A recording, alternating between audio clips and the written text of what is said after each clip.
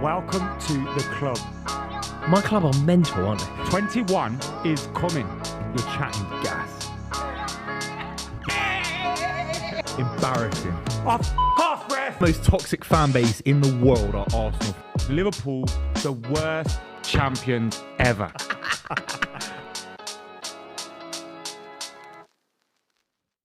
Welcome back to the club. Oh, what a game of football we This is have it. today. This is a dream, isn't it? This is the fixture. We're Liverpool fans today, aren't we? Adopted. You'll never walk For the alone, day. my friend. Alive a bird upon my chest. Kenny Dalglish. There we go, You know? mate. I agree because not only is this game so big for so many reasons, but there's added context because of what you did to Liverpool last week. It could have like a double advantage for you. Obviously, you beat them and you took the points, but maybe you beat them and it's going to have an impact on how they approach this game. They'll be desperate to They make a swing back. statement. Yeah, 100%. Yeah. So, yeah, really exciting. So I think also Arsenal will look at what City did to Southampton yesterday and think we're a juggernaut. You are An unbelievable juggernaut. You are a juggernaut, but I think if you're an Arsenal fan, I don't know if the world will look at it like this. But if I were an Arsenal fan and you were talking like this about your team, I'd be saying, "Don't care, we're top of the league. Yeah. Don't care what you do. You talk about juggernauts, we're top of the league." Yeah, the experience is different for me. The experience that City have got it would be worrying. I think It'd be you're worrying. right, but I think if you're an Arsenal fan, if you're anything to do with Arsenal here, if you're involved in Arsenal at all, you're just like, nope, we don't care. You want to talk about you being a juggernaut? We're the juggernaut. But I think you talk it as a Chelsea fan with consistent success, with different managers for 20 years, that block of success that you've had across so many managers. Don't forget, Arsenal have not had any success in terms of winning a league since Arsene Wenger, since early 2000s. Yeah. That's nearly 20 years ago. Yeah, 2 decades. Unbelievable. I do agree with you to an extent, right? But I'd also think there seems to be this conversation and this acceptance that Man City are the juggernaut, Man City are finding rhythm, Man City are doing this, Man City are doing that. Arsenal fans must be like, can everyone shut up about Man City? We are top of the league. Yeah, you're right about that. And if they win today, It's the you hardest can use hurdle word- over. you can use That's words it. like juggernaut. Yeah. They win. They've only got to win 8 games and they win the league. It's all very well being a juggernaut, but they're in the driving seat. I'm going to use the word juggernaut for my performance on the Super 6 app this weekend. Unbelievable. 9 points. I got a score. The Spurs-Brighton game got completely right. Unfortunately, the 5 other games I didn't get right, so I got no money, unfortunately, Royce. How did you get on, mate? I did weirdly okay, actually. Yeah, I did weirdly. I thought you'd be on 0. I thought someone said you're on 0. No, that in the was group? the first week. Right. No, that was sorry. the My first bad, week. my bad. The first week, what I did was I approached this game, which I thoroughly love playing, by the way. Yeah. But I approached it in this kind of paradigm. I was like, this is what I want to happen, not what I actually think You've got will to take happen. your heart out of it, mate, and use your head. It's not easy to do that though. You've got to be emotionless. I was very close with your game. I predicted 4-1. I went a bit conservative. I went 2-0. I don't want to be too cocky I went about it. 4-1. Yeah. So if I had 4-0, I'd be top of the league now. Yeah. The one Southampton goal has done me. But no, I'm doing all right. I'm definitely above Adam. And if this Arsenal-Liverpool game finishes a draw, Yeah. I will win our mini I'm league currently on of us 9. three. Well, we're looking at the table now. Rory, you are actually mid-table, just like Chelsea. And then Adam, rock bottom, unfortunately, mate. I think I've been top the last couple of weeks now. So Yeah, but it's not I'm over. gassed, What, lads. Booth, do you know what you've predicted for this? Yeah. What? When When I ask a question, I probably I want thought the answer. you knew the answer by looking at No, your it's phone like an just then. implied. Right. When I ask, it's like the implication. I think I've gone for a draw, which is so No, that's boring. annoying, 'cause I've gone It's for so boring. I've gone for a 2-all. Do you know what you've gone for?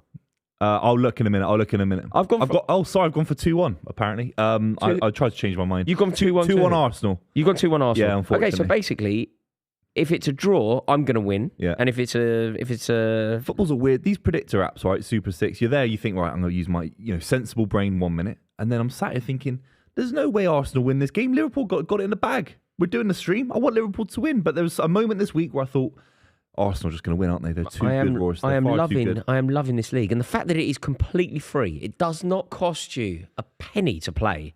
It's huge, and you could win £250,000. Yeah. And on top of 100%. that, even if you don't win the £250,000, this is the best thing about it. You must join our league. Please join our league. You can play against me, against Adam, against Buvey. It's completely free to play, and if you finish top of our league, every single round of fixtures, you will be gifted a gift voucher for classicfootballshirts.com. Yeah, unbelievable. For me, I'm getting my Sean Goethe shirt ready because I'm going to get this every single week. I think I'm competing with a lot of lads. Even Jack in the back room is doing unbelievably well. But we want to see some big numbers today, lads. If you're watching the stream and you've not joined the league, download the Super 6 app and join with the Club S6. Yes, the club league. We're trying to beat Pitchside as well. Yeah, please join. In fact, let's see if we can just get like a little bit of an influx into our league now. Yeah. Remember, totally free to play. Just download the Super 6 app and join Club S6. It won't cost you a penny. You could win £250,000. And if you finish top of our league, every round of fixtures, there is going to be a gift voucher for classicfootballshirts.co.uk given out.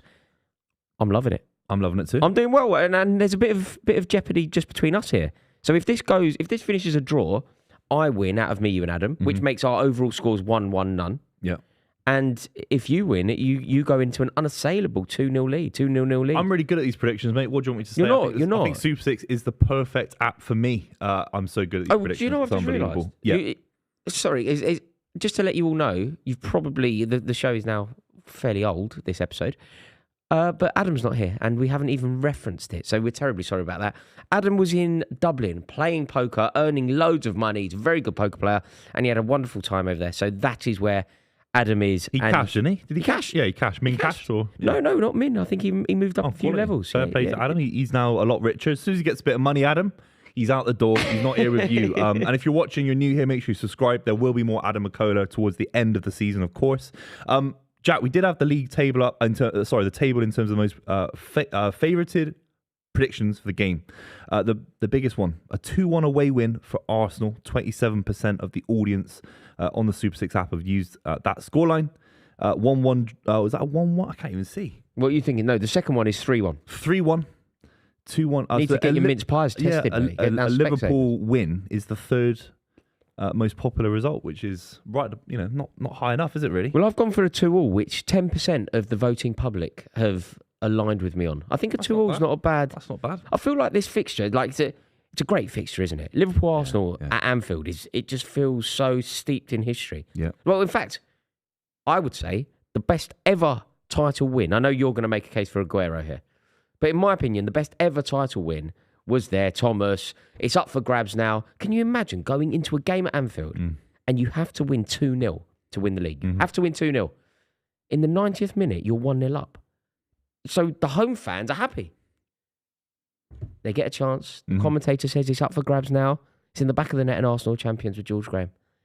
What year is this? 89. Yeah. 89. It is the best, honestly, in terms of any title win. I know the Aguero one was magical, particularly for you. And I'm not taking anything. It was magical. Yeah. But that version... Who scored that winner, sorry, that you just talked about? Thomas. Michael Thomas. Yeah. Michael Thomas scored and then actually went to Liverpool. I think Liverpool signed him off the back of it, Really? Yeah. Liverpool signed him off the back of it. But I think that is... And then there's loads of... when I think of this fixture over the years, you've got Robbie Fowler's ridiculous hat-trick. Do you like... Robbie Fowler scored a hat-trick in about 5 minutes. McManaman scored some unbelievable goals. Crouchy scored some unbelievable goals in this game. Who's it? I remember him. Arshavin. Arshavin. Is that the League Cup? Yeah, he scored 4 at Anfield, didn't he? Was it 4? Julio Baptiste scored against, I think. Julio Baptiste, the beast. Yeah. Podolski scored a great goal in the purple kit for Arsenal. It's a great fixture. It's a great fixture. 2 iconic teams going head to head. And generally speaking, you would say that Liverpool would be favourite over recent years. Certainly, Liverpool would dominate this fixture. But today, well, as we can see from our Super 6, most people are suggesting that Arsenal win the game. I think if Arsenal walk away from this result, a 1-0 comfortable kind of performance, that is serious weight behind it. It's serious. You can't go to Anfield and pick up a win easily. But that's all they need now. That's all Arsenal. Arsenal now are in a very different situation.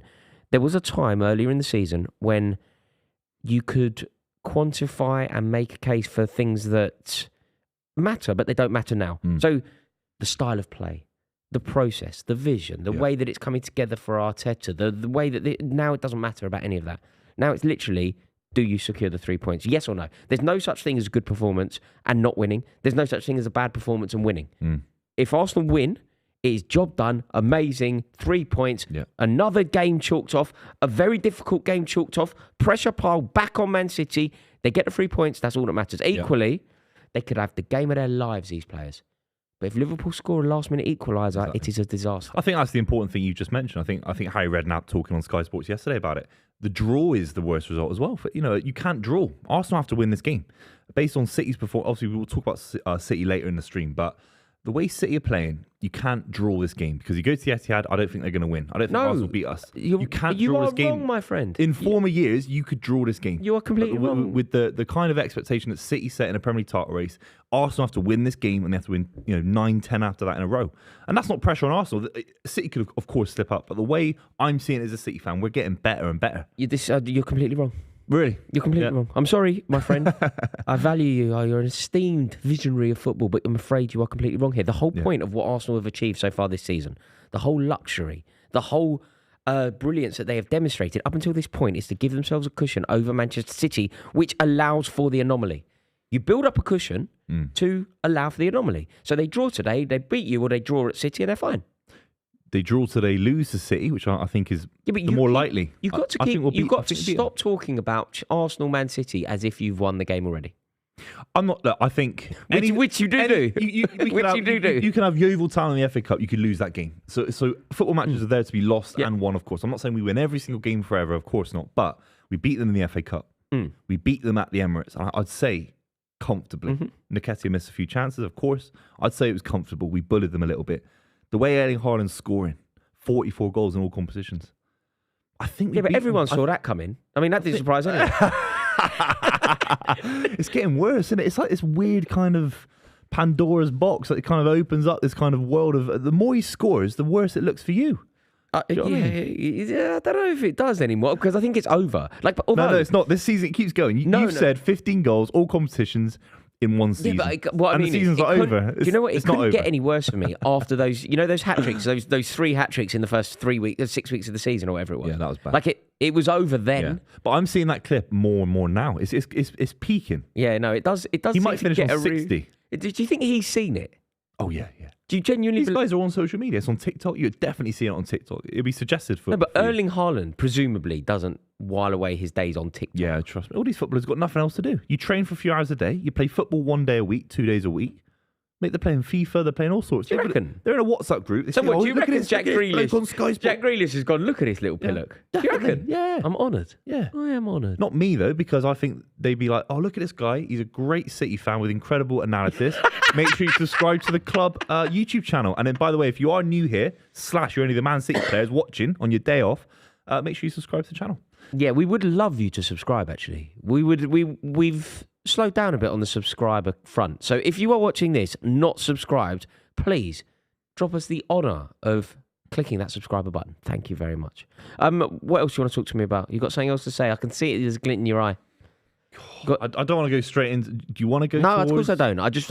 What I don't like is I feel like what you're doing is kind of like waiting. It's almost like.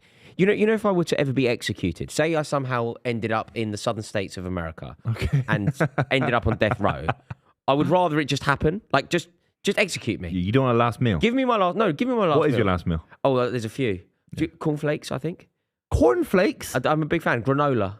I'm a huge fan of granola. Your last meal? Yeah, I like a fresh yogurt, a granola with some sort of fruit compote. You're dying. You're going to get murdered. Yeah, by the state. Doesn't mean that you have to eat unhealthily, does it? What would granola? You go for? What would you have? A Kentucky? Laugh. What would you go for? Kentucky? Granola. You want little bits of granola stuck in your teeth while you get electrocuted I think I'm going to have bigger things to worry about than whether my oral hygiene is what it should be. I thought, some people go fast food like McDonald's as a kind of cheat meal. Some people go roast dinner. Granola. Yeah, mate. If I am on death row, I'm going Weetabix then. Okay, cool. If you go cornflake, I'm having Weetabix. But did you see the difference? Bed. Did you see the difference in who we are as people? You said your suggestion, and I kindly and politely acknowledged it. I said my suggestion, and you immediately challenged it. That represents us. That represents our personalities. Yeah. I'm an accepting kind of guy. Yeah, You're a challenging, confrontational-driven kind of person. Yeah, I need to probably just go to therapy at this point and just adjust to that, be more just relax. But to go back to my accurate analogy, if I ended up on death row, so I'm in Louisiana, and I'm on death row. Last thing in the world I want is to be hanging around death row, Louis Theroux turning up to interview me. I just want to get in. I want to get my lethal injection. I want to get out of there. Right? Give me my granola and get me gone. Yeah. That's how I feel at the moment because I feel like you are the Grim Reaper eyeing me up, looking at me, shall ready I just to drop a little bit and just see how you react and the audio. I just want to talk about a tweet that you tweeted at 5:39 p.m. on what was it? 7th of April 2023. It would have been earlier in the day. Super Frank 5-0. We smashed these or what? Super Frank's back. Did you tweet the picture of him with the cigar winning the Champions League? And then 90 minutes later, you lose 1-0 to Wolverhampton Wanderers.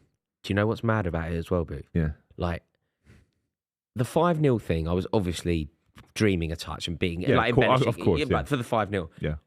But not... I just couldn't... It was unfathomable to me that Chelsea didn't win that game and win that game I'm not saying I'm any better, because I thought it would be an instant turnaround. Instant. Honestly, even a draw. I know it's boring to say, but a draw, a not a negative result. Because do you know what else I thought? Sometimes it isn't about if the manager's better or worse. Sometimes it's just about the other manager not being there. So obviously Thomas Tuchel was a better manager than Graham Potter, obviously. But when Thomas Tuchel left and Graham Potter came in, Chelsea won some games. Yeah. Just because it was a new thing and people were happier. AC Milan, the Champions League, though. Yeah. Exactly. Home and away. Exactly. So I thought that. And then the other thing that I thought, now this is where I've really misjudged our players. Chelsea are playing in the Bernabeu in 3 days' time. Isn't that your dream? If you're a professional footballer, the last 16 of the Champions League, representing a Premier League team, going to the Bernabeu. Isn't that one of, when you were 8, that's possibly your fantasy, right? Yeah. I mean, I will never, ever stop dreaming that I'm going to score for Chelsea. So I'm still dreaming of that. And the Bernabeu features in the fantasy. Of course, yeah. I honestly think that every single footballer would think Bernabeu, Champions League, be a hero, be an icon, be a legend. You do something magical that night, you will forever be... You score 2 goals that night, Chelsea win the game 2, you are... So you want to play. Yeah. The best way to make your case that you want to play at the Bernabeu is to have a half-decent day at Wolves, right? Yeah, New manager, play well at Wolves, beat Wolves. Maybe the manager keeps the same team. Maybe he wasn't thinking of playing you and now he is, or whatever. You have an opportunity. So I just thought Chelsea win the game because of the Bernabeu, because of that. Oh, my God.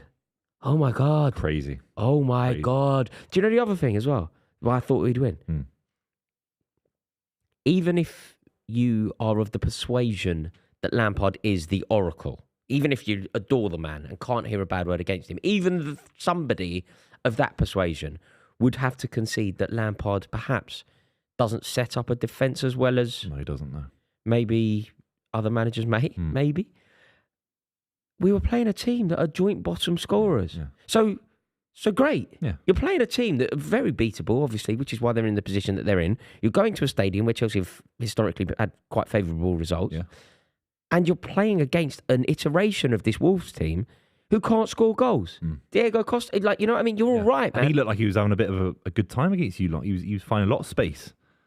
I just thought everything was going to combine for Chelsea to win the game. The 5-0, I probably didn't... Well, I didn't think it because when it mattered, I didn't put 5-0 in the thing, right? But the 5-0 was for the bravado of the day. But I certainly believed that we'd win the game. I think you have to give the benefit of the doubt to Frank Lampard. Even though he knows the club, he's a legend, of course. And obviously, I've had doubts about him as a manager, of course.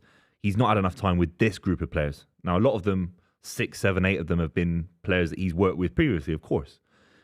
But what is the actual issue on the pitch against Wolves on the pitch? Because I think you have to blame all 11 men, like you said, and they have to fight for their place to represent the shirt. Obviously, he came out after the game and kind of made those comments that, they're not playing for the shirt, they're not playing for Chelsea Football Club. This is not what it means. Is there anyone culpable for you that really just symbolised the issue? Yeah, I mean, the goal scorers are a problem. The players that are supposed to score the goals are a real problem, with the exception of Raheem Sterling. Yeah, I don't hold Raheem Sterling accountable. I think he's an exceptional footballer. He's tried, tested, proven. There was a time when Pep Guardiola saw him as the best option for City. Definitely, very recently. So him, I make an excuse. Do you want to hear something incredible? Do you want to hear a stat that will blow your mind? This isn't even a joke, by the way. Your mind is about to be blown. If you haven't heard this already, your mind is about to be blown. Listen up. Raheem Sterling, system player, relies heavily on continuity. When things are going well for him, he will always be available. He's been injured a lot for Chelsea. In the last 7 days at Chelsea, he has had the same amount of managers as he had in 7 years at Man City. Crazy. Did you hear that? Did you hear? Hang on. Well, in the last 7 days at Chelsea, Raheem Sterling has had the same amount of managers as he had in 7 years at Manchester City. Of course, he ain't playing well. Tuchel signed him. He was played pretty much as a forward. Pretty much as a forward. And he scored some goals, by the way, under Tuchel. Like, I think he scored 4 goals all season. 3 of them were under Tuchel. Tuchel's there for like 6 games. Signed, played as a centre forward. Suddenly, Graham Potter comes in. Wing back. Yeah. Maybe on the right, maybe on the left. Left wing back, I remember seeing him. Right? You think, hang on a minute, like, whatever you think of Raheem Sterling, whether you think he's good, whether you think he's bad, whether you think he's overrated, whether you think he's underrated, whatever you think of him, nobody in their right mind thinks he's a fullback. Nobody. Literally nobody. No. Like, you know, Pep Guardiola. Pep Guardiola must have been, obviously they've got a friendship, I imagine, and certainly a relationship. Pep Guardiola must have been watching Match of the Day going, is that Raheem? Yeah. Why is Raheem? Yeah. What? That ain't him. High on the byline. And out of the play. And then he got injured. And then he got injured again. Yeah. And he's like struggled a bit. And basically everything went wrong for him yesterday. And he got a little bit of stick. Really, yeah. Yeah, but I had the game on via my VPN. And what I thought was very unfortunate for him was, you know, if he whips it in early, it happened to be there was no one in the box. You know, if he took a touch and tried to delay, it was the time to whip it. He basically just got everything wrong. It just didn't flow for him. But I think that's just consistency, isn't it? And there is no consistency because he's had more managers at Chelsea than he had at City in the last 7 days. He's playing with 78 different players that have all come from a million different countries. I mean, it's crazy. I think, 4 wins in 21 competitions? For Chelsea. For Chelsea. Is that what it is? It's scary. I think the issue is the weight of the club, the weight of the money that you spent. That's what worries me. I think a lot of these players aren't good enough. Yeah. I know we've had the clips about Mudryk. I know, you know, it's early for a lot of people, rational people, unlike myself, to say that, but he doesn't work for me, ever. He'll never be good. He might be Anthony Gordon levels at Newcastle, but he's not, you know, Everton. He's not Chelsea. He's not Chelsea good enough. The midfield is a problem as well. Like, I think this. Sometimes I think I get a bit blinded because I want players to be so good. But, you know, when I was looking at our midfield yesterday and it was Kovacic and Gallagher, you're just like, they're just all over the place. They're getting overrun a bit. You know, and I like Gallagher. And I think Kovacic is a beautiful footballer. He is, yeah. But they don't do enough. Like, you know, a beautiful footballer is it has to link to something. It has to make something happen. Like, the point of being, like, Kevin De Bruyne is a beautiful footballer, but look at the chart of where it actually matters. You know, look at the delivery. Like, that ball that De Bruyne played yesterday, it kind of came into him quite rapidly and it just played it over the top of his head into Grealish's feet. Yeah. Like, that's a decisive moment. It's a beautiful moment. It's a decisive moment. Mateo Kovacic kind of has all of the beauty and the grace and the guile on the ball, but doesn't do that. It doesn't happen. Yeah. And Conor Gallagher can't do that. No, he does. He's got other qualities. He's not good enough, is he? He's not good enough. Unfortunately. My opinion is that he is. What in a 3? I had quite a big argument in a Chelsea WhatsApp group about this because I said he's good enough for us, and the 7 people in the group, one half agreed with me, everybody else didn't. Everybody else went, yeah, he's good enough for us now. Yeah. He's good enough for us in this position. He's good enough for us, what are we, 39 points or something? You know, he's good enough for us now, but he's not good enough for us if your standards are Chelsea. Yeah.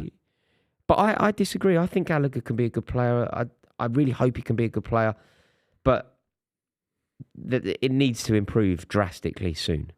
It really does need to improve drastically. 100%. We've got a super chat. Rory, you're going to have to read this out for me, mate. Yeah, Rory, thoughts on James Corden being the person to advise Bowley to appoint Frank Lampard?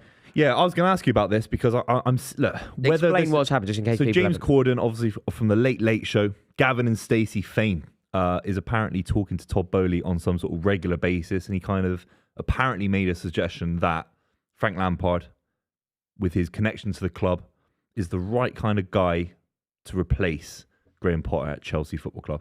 It's surreal. Whether I think the big thing for me is we can always reduce away from the fact, is it real, is it not? The fact that these rumours exist is proof enough for me that there's something wrong in terms of the strategy at Chelsea. Whether they're in a Starbucks in LA talking about should I hire Frank Lampard or not, I mean, that's a different debate. I don't know if that's true or not. That's a big claim to make. It's a ridiculous claim to make. It's like Apple, taking marketing strategy from a random guy on the street. I wish you were right, but I don't think you're right. You should be right, yeah. And your logic is correct because it's so outlandish that it can't be true. Yeah. Of course, James Corden isn't a...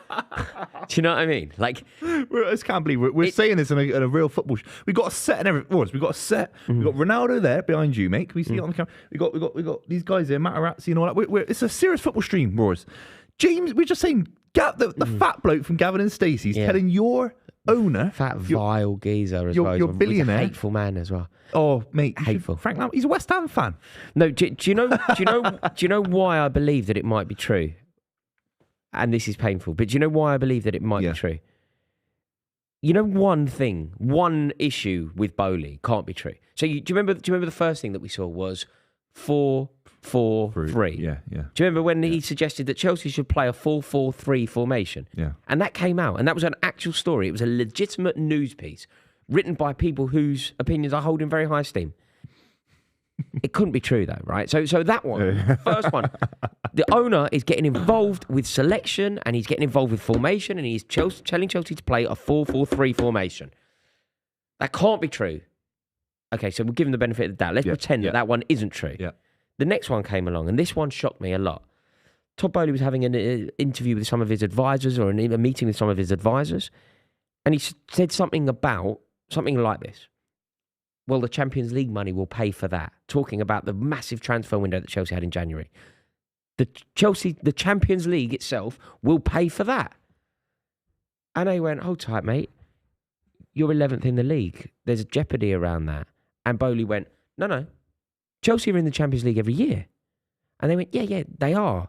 Because they qualify, because they're good, because they succeed, because they make... Not automatically. It's not a God-given right. Yeah, like Chelsea, to be in the NBA, you have to, you're in it automatically. It's not a God-given right. And he went, stormed out of the room and then checked and came back and was like, oh my God. So that was the second one, and that was a warning sign. And now, James Corden appointing Chelsea managers. James Corden appointing Chelsea managers is obviously not true until you juxtapose it with the other examples that we've just used of Bowley lunacy, and suddenly you go, oh my God, is this American venture capitalist, billionaire, insane? These words that we've used, because he's American, we compare it to maybe the American owners at Liverpool, the American owners at Arsenal, of course. For me, it reminds me of Notts County when they went for Sven-Göran Eriksson. I know it's ridiculous. I'm not trying to wind... It's like they went for Sol Campbell, Sven-Göran Eriksson, and they thought we're going to get to the Premier League, Notts County. Do you remember that? 3 years. Yeah, didn't they? 3 years. Sol Campbell's there for a couple of minutes. He was there. He played against. I think he played against Morecambe for 6 minutes, I think, or something like that. But what I mean by that is this is a massive catastrophe waiting to happen. Somewhere, someone is going to get massively hurt, Roars. On a footballing level, you're struggling at the moment, of course.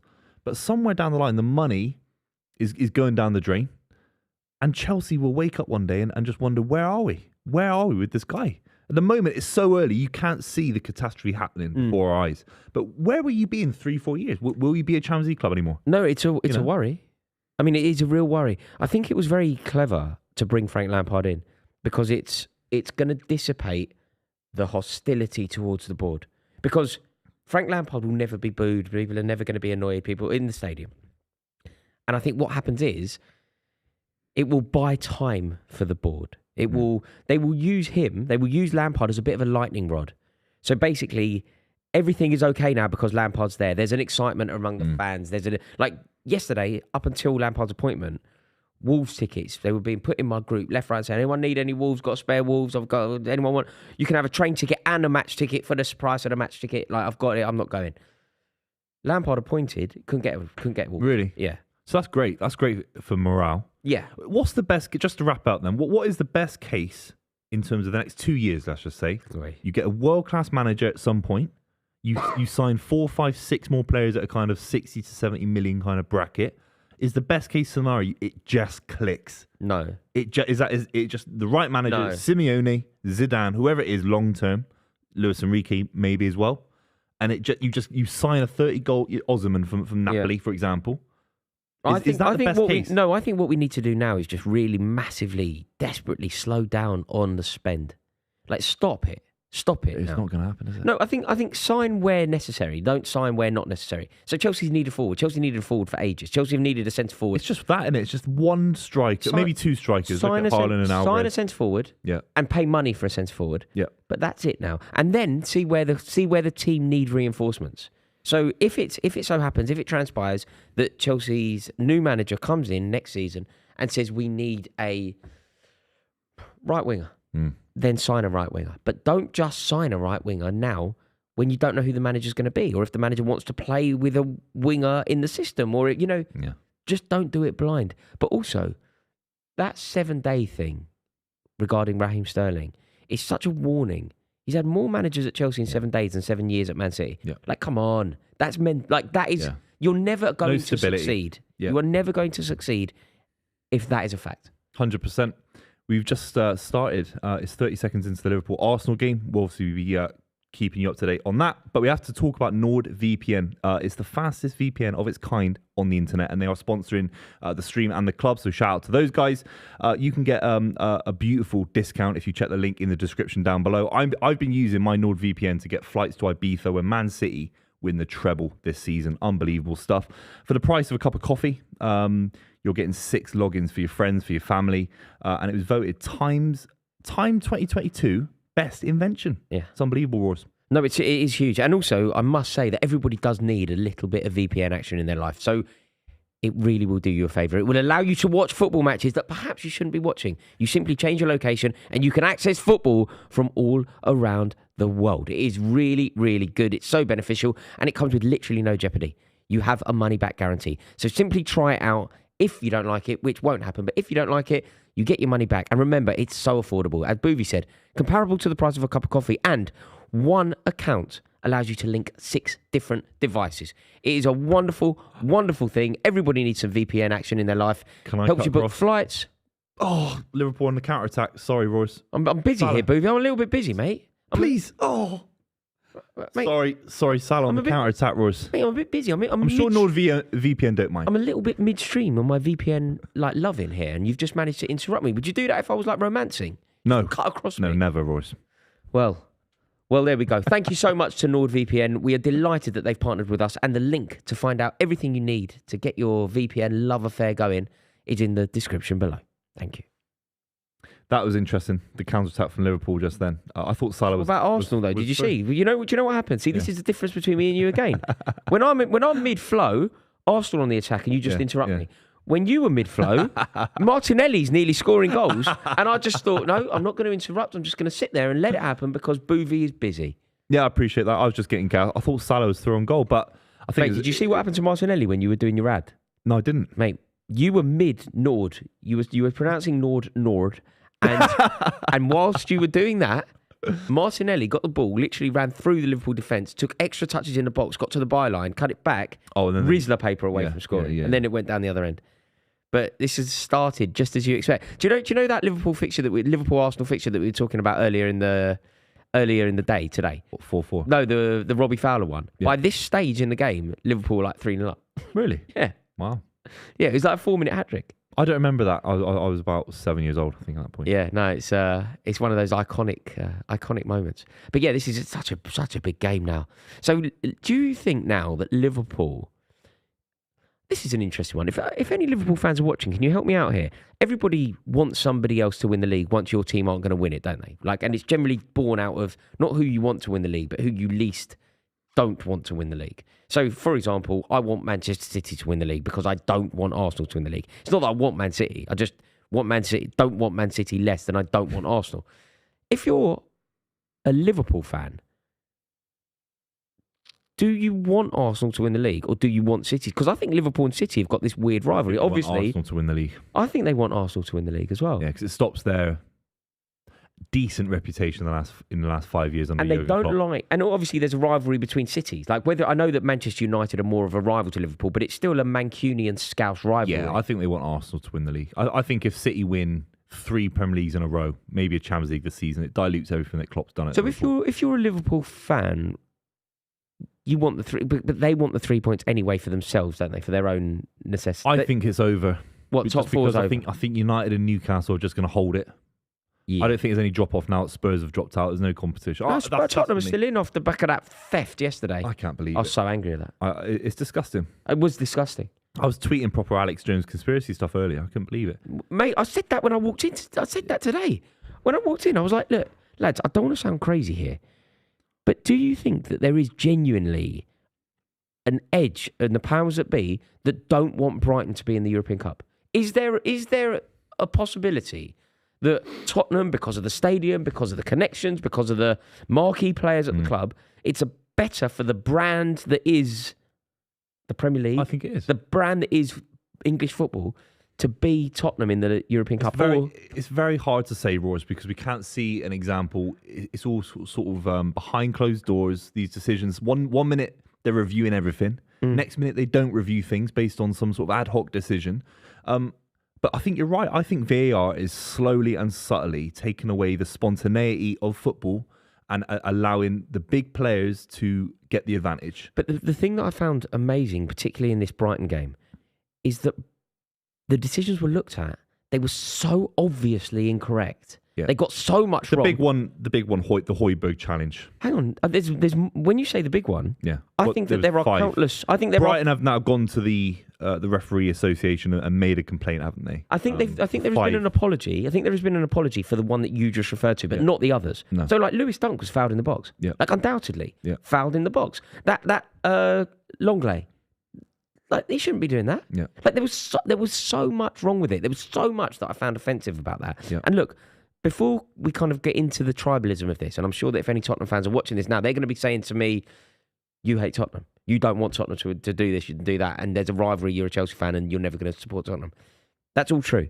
But this isn't that. This isn't that. Like, that goal that Danny Welbeck scored, that went in off McAllister, I think, that's a goal, I'm afraid. That isn't under no definition of ruling goals out. Firstly, if it touched his hand, which we'll come on to in a sec, if it touched his hand, there's no way that he's steered it in, right? Yeah. It's in the frame of his body, there's nothing he can do. I would then contest that it didn't touch his hand at all.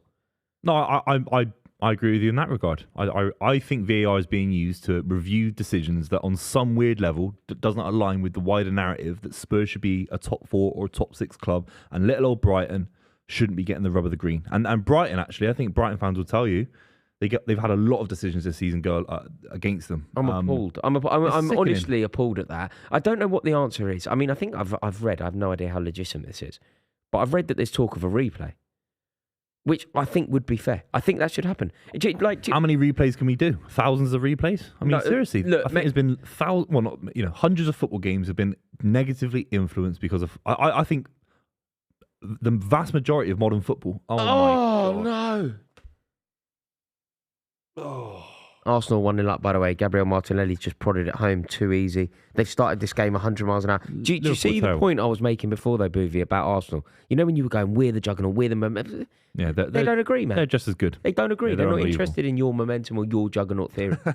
Like, they're just not I need something, Royals, because we might lose this league. They're so good. That goal. Look at this. Unbelievable. Look how easy this is, though. Look how easy. You know, if you're Liverpool's defence here, look, Saka picks it up, plays a 1-2. Oh my God. Off Van Dijk. Trent has to do something there. Trent is not covering Martinelli. It's off Van Dijk early, though, isn't it? Look, this is a ricochet off Van Dijk, I'm sure. There we go. Off Van Dijk's heels. Off Van Dijk again. Dijk, man. Oh, I thought it was just a straight ball across. Oh, That's dear, terrible. Oh dear. What's happened to Van Dijk? What's happened to Trent? I don't know. Looks like Bambi on ice. I really don't know. Yeah, Alexander-Arnold there needs to make the challenge. Robertson as well. Robertson doesn't get the stick that he deserves. Like, Alexander-Arnold cops a fair load that doesn't go Robertson's way. I suppose it's because Alexander-Arnold is a better player, in fairness. Yeah, but I think Robertson gets away with it because he's got the passion brigade. He shouts a lot, you know?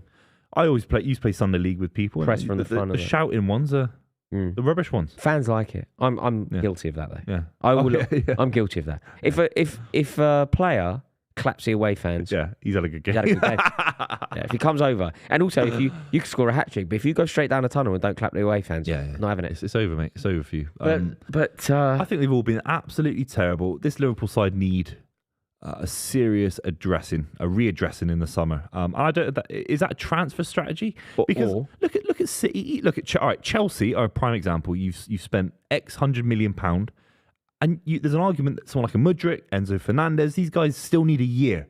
If it goes all to plan, you need a year to blend them all in. Do you want to know something amazing? Liverpool need 2 years to blend new signings in. Do you want to know something amazing? Just to demonstrate quite how poor Liverpool have been. Chelsea this season have been in crisis at various points. Chelsea have this season, I'm right here, aren't I? Chelsea this season have had 4 managers. Yep. We have had 4. Yeah. Chelsea have had 4 managers this season. Bruno's probably your best one.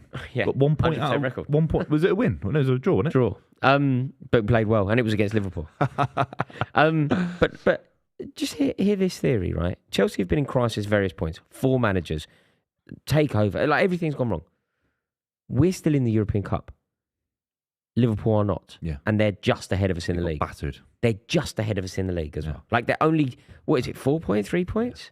But the narrative is a lot healthier because of what they did last season. Obviously, last season you had a relatively poor season last season as well. For your standards. Yeah, we did. Last season they could have won a quadruple. But the season before was a very champion. successful season for Chelsea. Yeah, 100%.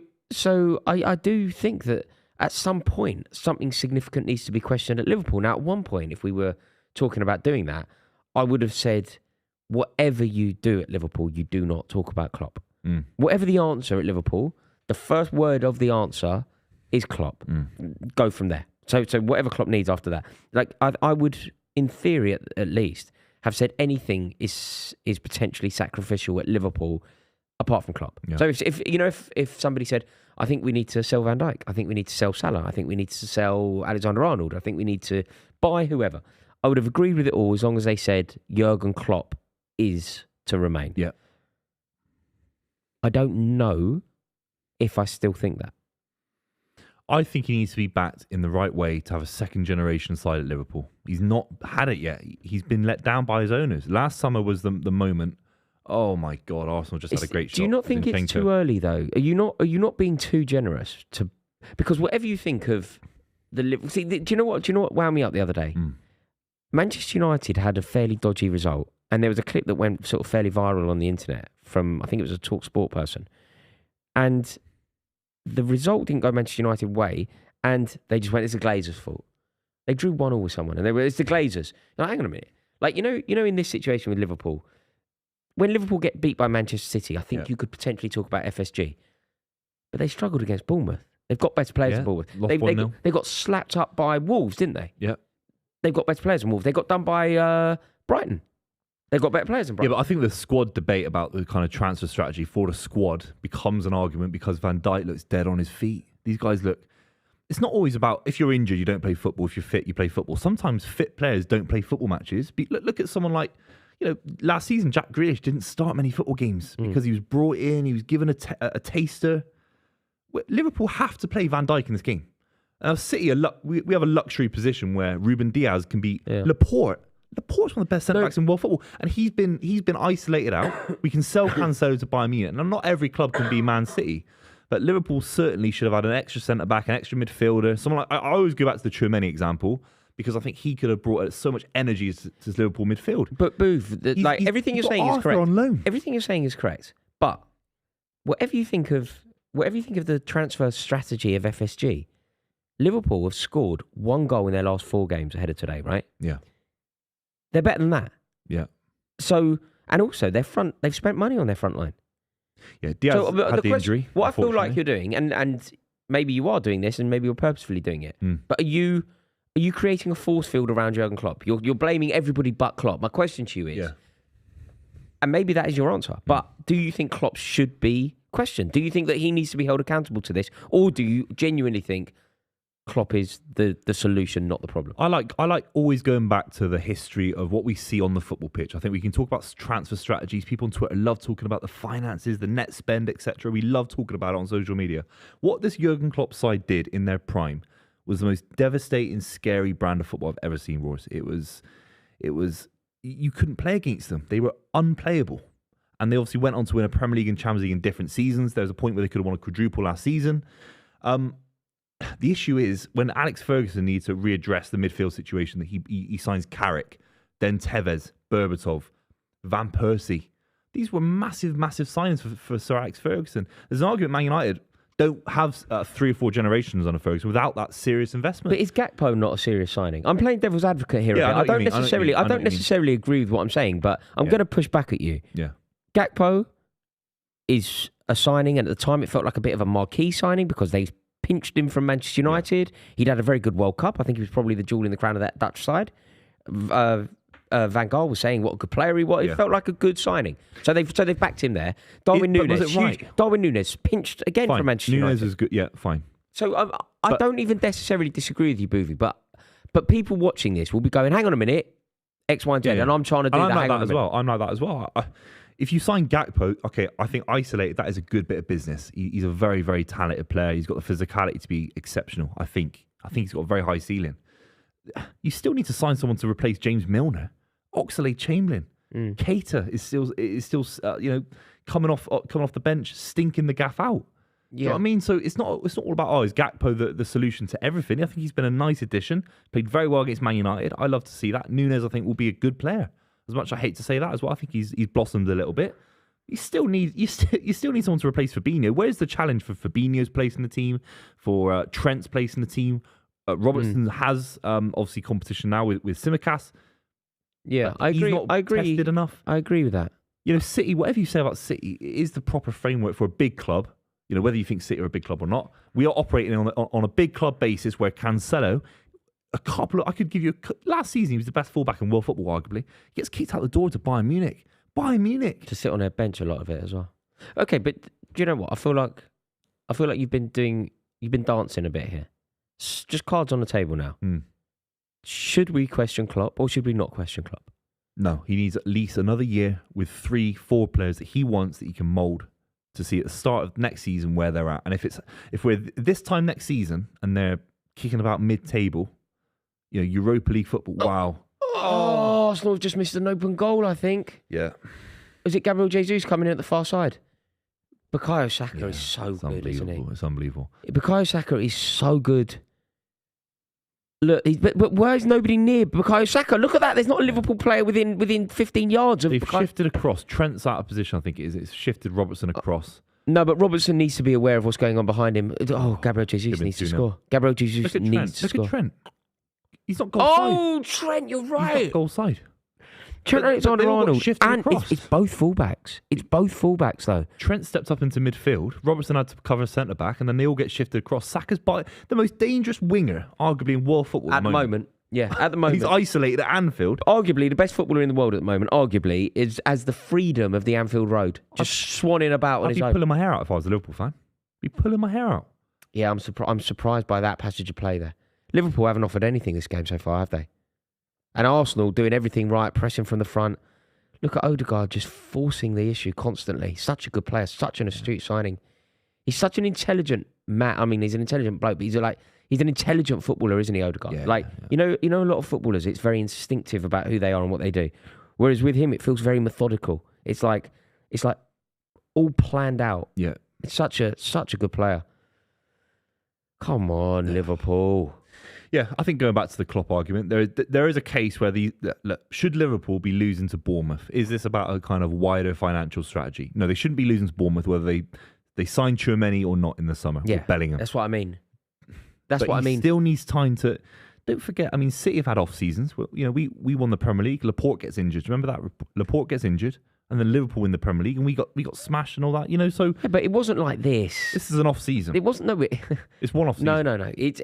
That isn't this. That isn't it. I don't think that's right or fair. I don't think you can. Where did City finish that season?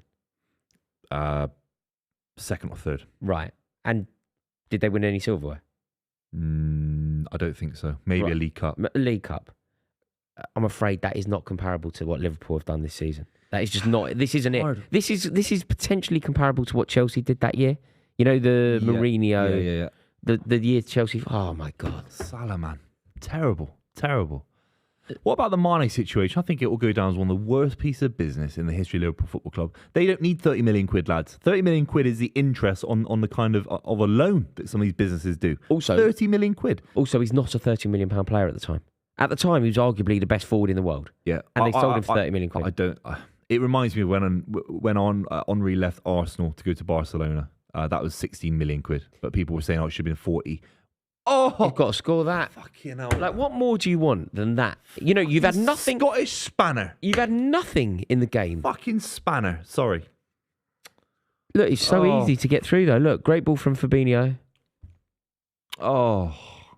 He scores that against City. He side foots it, yeah. Oh, He's kind of got it all right, I apart thought from he his started putting angles, it. hasn't he? He's got it all right. He's like the first touch was good, across the goal was good, beat the keeper. Oh, now Ramsdale there.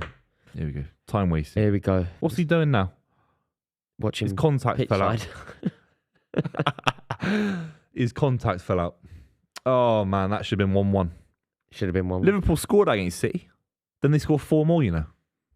So, honestly. I mean, that was a huge chance. It's a chance that they didn't deserve as well. It's annoying because you have to take those opportunities. You know, when you've been so bad in the game, like they don't deserve anything out of this game so far, and they found themselves in an opportunity where you have the keeper to beat. Yeah. You have the keeper to beat at home. You know, They're showing the Martinelli goal again. The movement. Van Dijk. Van Dijk's awful. You could argue it's a bit of an accident, of course. These things happen. No, but it happens to him every week now. But it's happening to him every week. If Richard Dunn did that, you'd be having a laugh. Well, mate, I completely agree. You know, players who aren't seen as being fashionable, players that aren't seen as being like either cultured or particularly good. If those players did that, people would be going. That's Roger Johnson. Roger Johnson.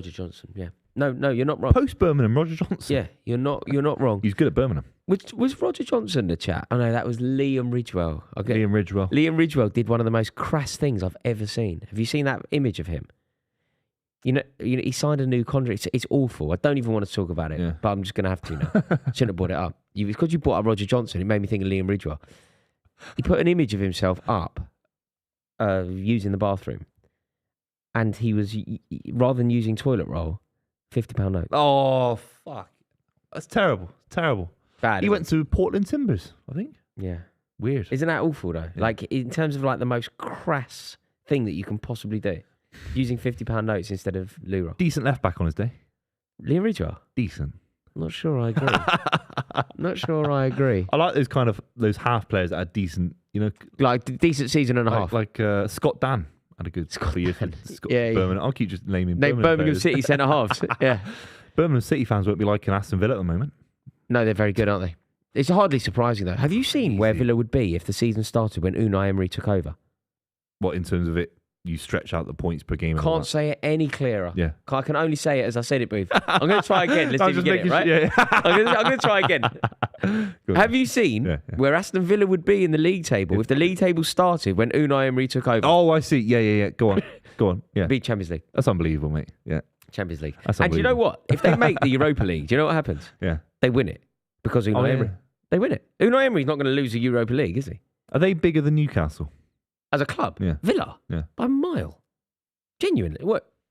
There's a few Newcastle fans I know that would disagree passionately. They can't disagree. Passionately. Disagree with what? It's like disagreeing with water being wet or this being a microphone or this being brown. Like what colour's your t-shirt? White. I disagree. Like I disagree. You know, you can't. It's impossible. Yeah. There is no disagreement. It's good to see, isn't it? It's great to see Aston Villa where they deserve to be. Whether it's sixth, fourth. Some Aston Villa fans think fourth. I'm more of a kind of top 10 every season kind of club for me. Villa and Newcastle aren't like, you know, if you were to say, like, there are certain clubs that you can kind of have the conversation about, but Villa and Newcastle aren't in the same. They're just not comparable as football clubs. They're not. Interesting. Like you could kind of go. Newcastle fans would say, "Where's the icons?" Last 20 years, who are the icons for Aston Villa? No, they haven't. The Shearers. No, they haven't. Cole. They haven't had a good period. No. They haven't had a good period. But you still think they're bigger in terms of the Villa? 40, 50 year Villa are massive. history. Yeah. No, the 100-year history. 100 year. Like Villa are huge. Like, absolutely huge. Like, and you think back, they had some like dazzling teams not that long ago. The Daly and Atkinson, Dean Saunders, Tony Daly, like Steve Staunton was there. Like, they had a good side. Yeah. Really good side. And that's when Newcastle would have been in the first division. You know, Villa would have been challenging for the league against Manchester United, 93. Newcastle were in the first division. Yeah. So it's all, you know, people look at it now. So where does it come from, this whole? Is it the Alan Shearer effect, being the highest scorer in the league? Because they've got a beautiful ground. Yeah. And they're one club city. They're the biggest club. Newcastle. In Newcastle. Yeah, they are the biggest club in Newcastle. I'm doing a Simon Jordan. They're the biggest club in Newcastle. Is that what he said? Yeah. Is that what he said? They're by far the biggest club in Newcastle. Yeah. You know what I mean? Yeah. No, they're not. They're not. I would say like Leeds United, huge. Everton. Yeah. Leeds United, Everton, Villa. I think Forest. you can have that debate. No, Forest. Bigger than Newcastle, no. Probably not. Back-to-back European Cup. Probably. Yeah, but that's it. Like, remember, they've only won They won the league with Brian Clough. They only won the league once, though. It's an amazing story, Forest, because, they've won 2 European Cups, but 1 league. Because they won the league, they got into the European Cup, they won the European Cup, didn't win the league. You went into the European Cup as holders and won it again, but they didn't win the league again. That's mental. So it's 1 league, like, it's amazing. It's a great story, but Incredible. it's a very small period of history for an amazing achievement. Yeah, 100%. But no, Newcastle are not. Like, Newcastle are pushing 100 years since their last piece of silverware. Like, seriously, they're pushing 70. They're on 70 years. 70 years, what, 90? 55. 55 is the FA Cup? 55, they won the Cup. The Cup. 55, they won the FA Cup. And that's the last time they won silverware. That's worrying. Like, their thing about Sunderland? Sunderland won the Cup in 73. Sunderland won a trophy more recently than Newcastle. Yeah. A lot more recently. Yeah. I think it was And they that got the Ian League Cup Porterfield final team. Against Man City. And they've won more league titles. Yeah. That's very interesting. It's but Aston Villa are a little bit sleeping giant as well. Like, I think with this Unai money Emery with and the money, I think they've been wise to not. They gave Gerrard a bit of money, but they haven't overbacked any manager. If there's a moment now in time for an Aston Villa owner to say, here's 150 million. And they can. They're very, very wealthy, aren't they? Are they not the richest family in Egypt? They're right up there. The other thing, can you imagine now? Do you know what I would give? They say a penny for it. Do you know what I would give £12 for? Why 12? Because they say a penny for your thoughts. Yeah. This is how much I want the thought. I would give £12, not 12 pennies. Okay. So I would give a lot of pennies. a huge 1,200 pennies? 1,200 pennies. Yeah. Steve Gerrard's thoughts. Steven Gerrard's thoughts. And then he gets a now. fax through from the Polish FA a few months ago. So, do you want to be the national manager for Poland? No, but genuinely, what must Steven Gerrard be thinking watching this Aston Villa team now rocket up the league? He's a sportsman. Like, I'm not. You put me on a racetrack with Usain Bolt, and there's a weird reality that I say I'm not as quick as Usain Bolt. Steven Gerrard sat on his sofa. Maybe he has delusions of grandeur, and he says, "Yeah, I'm still a top class manager." Or he looks at it and he says, "Unai Emery's got Ollie Watkins scoring as many goals as Chelsea Football Club in the last 10 games."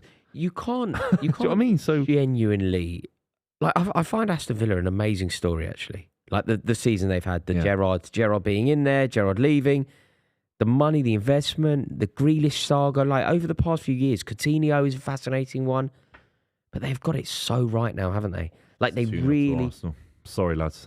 It's 2-0. Gabby Jesus back on the score sheet again after scoring last week. This is game over, Roars, for me. It's not that surprising. It's not that surprising. They are just unplayable, man. They're great. And this is what I was saying pre-game. When you were going, they're going to be scared of us. They're going to be this. They're going to be that.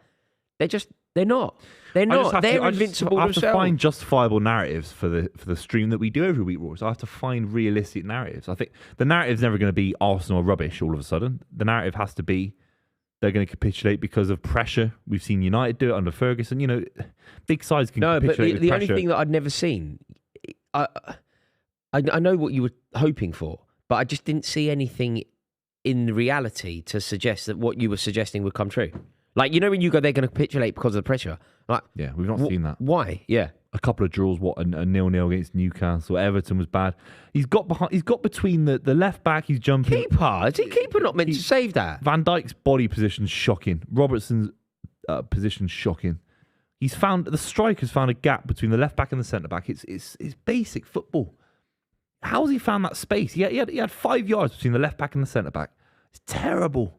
They're just too good. Terrible. They look like absolute killers out there, Arsenal. They look unbelievable. Can I go back to something that you said earlier? You presented it as if it were a fact that you beat them at the Etihad. Are you still that confident? Yeah, I have to back the lads. No, of course. No, but hang on, that's different. But I have to back the lads on what I've seen. We beat them twice already this season. Yeah, that's true. Do you know what I mean? Yeah, we smashed them at the Emirates. But of course they could. Look, of course, in that spectrum of kind of a prediction for the game, which is obviously a few weeks away now, in end of April, they could beat us. Can they get anything back here? Can you see a world? Is there a vision?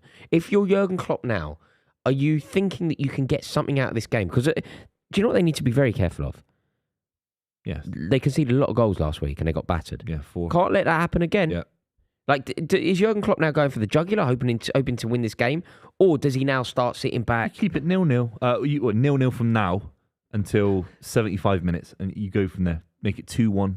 You got Nick one, Nick corner. Yeah, keep it as tight as possible. Any more goals, it's over. Oh, it's ridiculous. They're so actually easy. terrible. See, Robertson has to score that chance. Yeah, it's terrible. Robertson has to score that chance. He's a passion merchant. He always has been. A gobby passion merchant, Ross, for me. What? Robertson. Very, very good footballer. People have put him in the bracket of top 5 in the history of the league. No, no. But people have. Do you know? I find that so painful. I find it happens all the time as well. Like, do you know my example for this? Like, you. I'm sure you've got them that have happened to you, but I've got 2, right? And it's Tottenham. This is what my antipathy is towards Tottenham. I honestly remember my mates who support Tottenham telling me that Dele Alli was going to do so much more than Frank Lampard ever did, and they were telling me. And do you know the other one? You might not have even heard of this bloke. There was a bloke at Tottenham. And my mate, who's a Tottenham fan, he was going, I've never seen anything like it. He's literally talking to me like this. He's like, mate, I've never seen anything like it. The way that he controls the game, the way that he totally keeps hold of the tempo. Lewis Holtby. Oh, yeah. They were going, this Lewis Holtby, mate. People are so quick to anoint a new one. Yeah.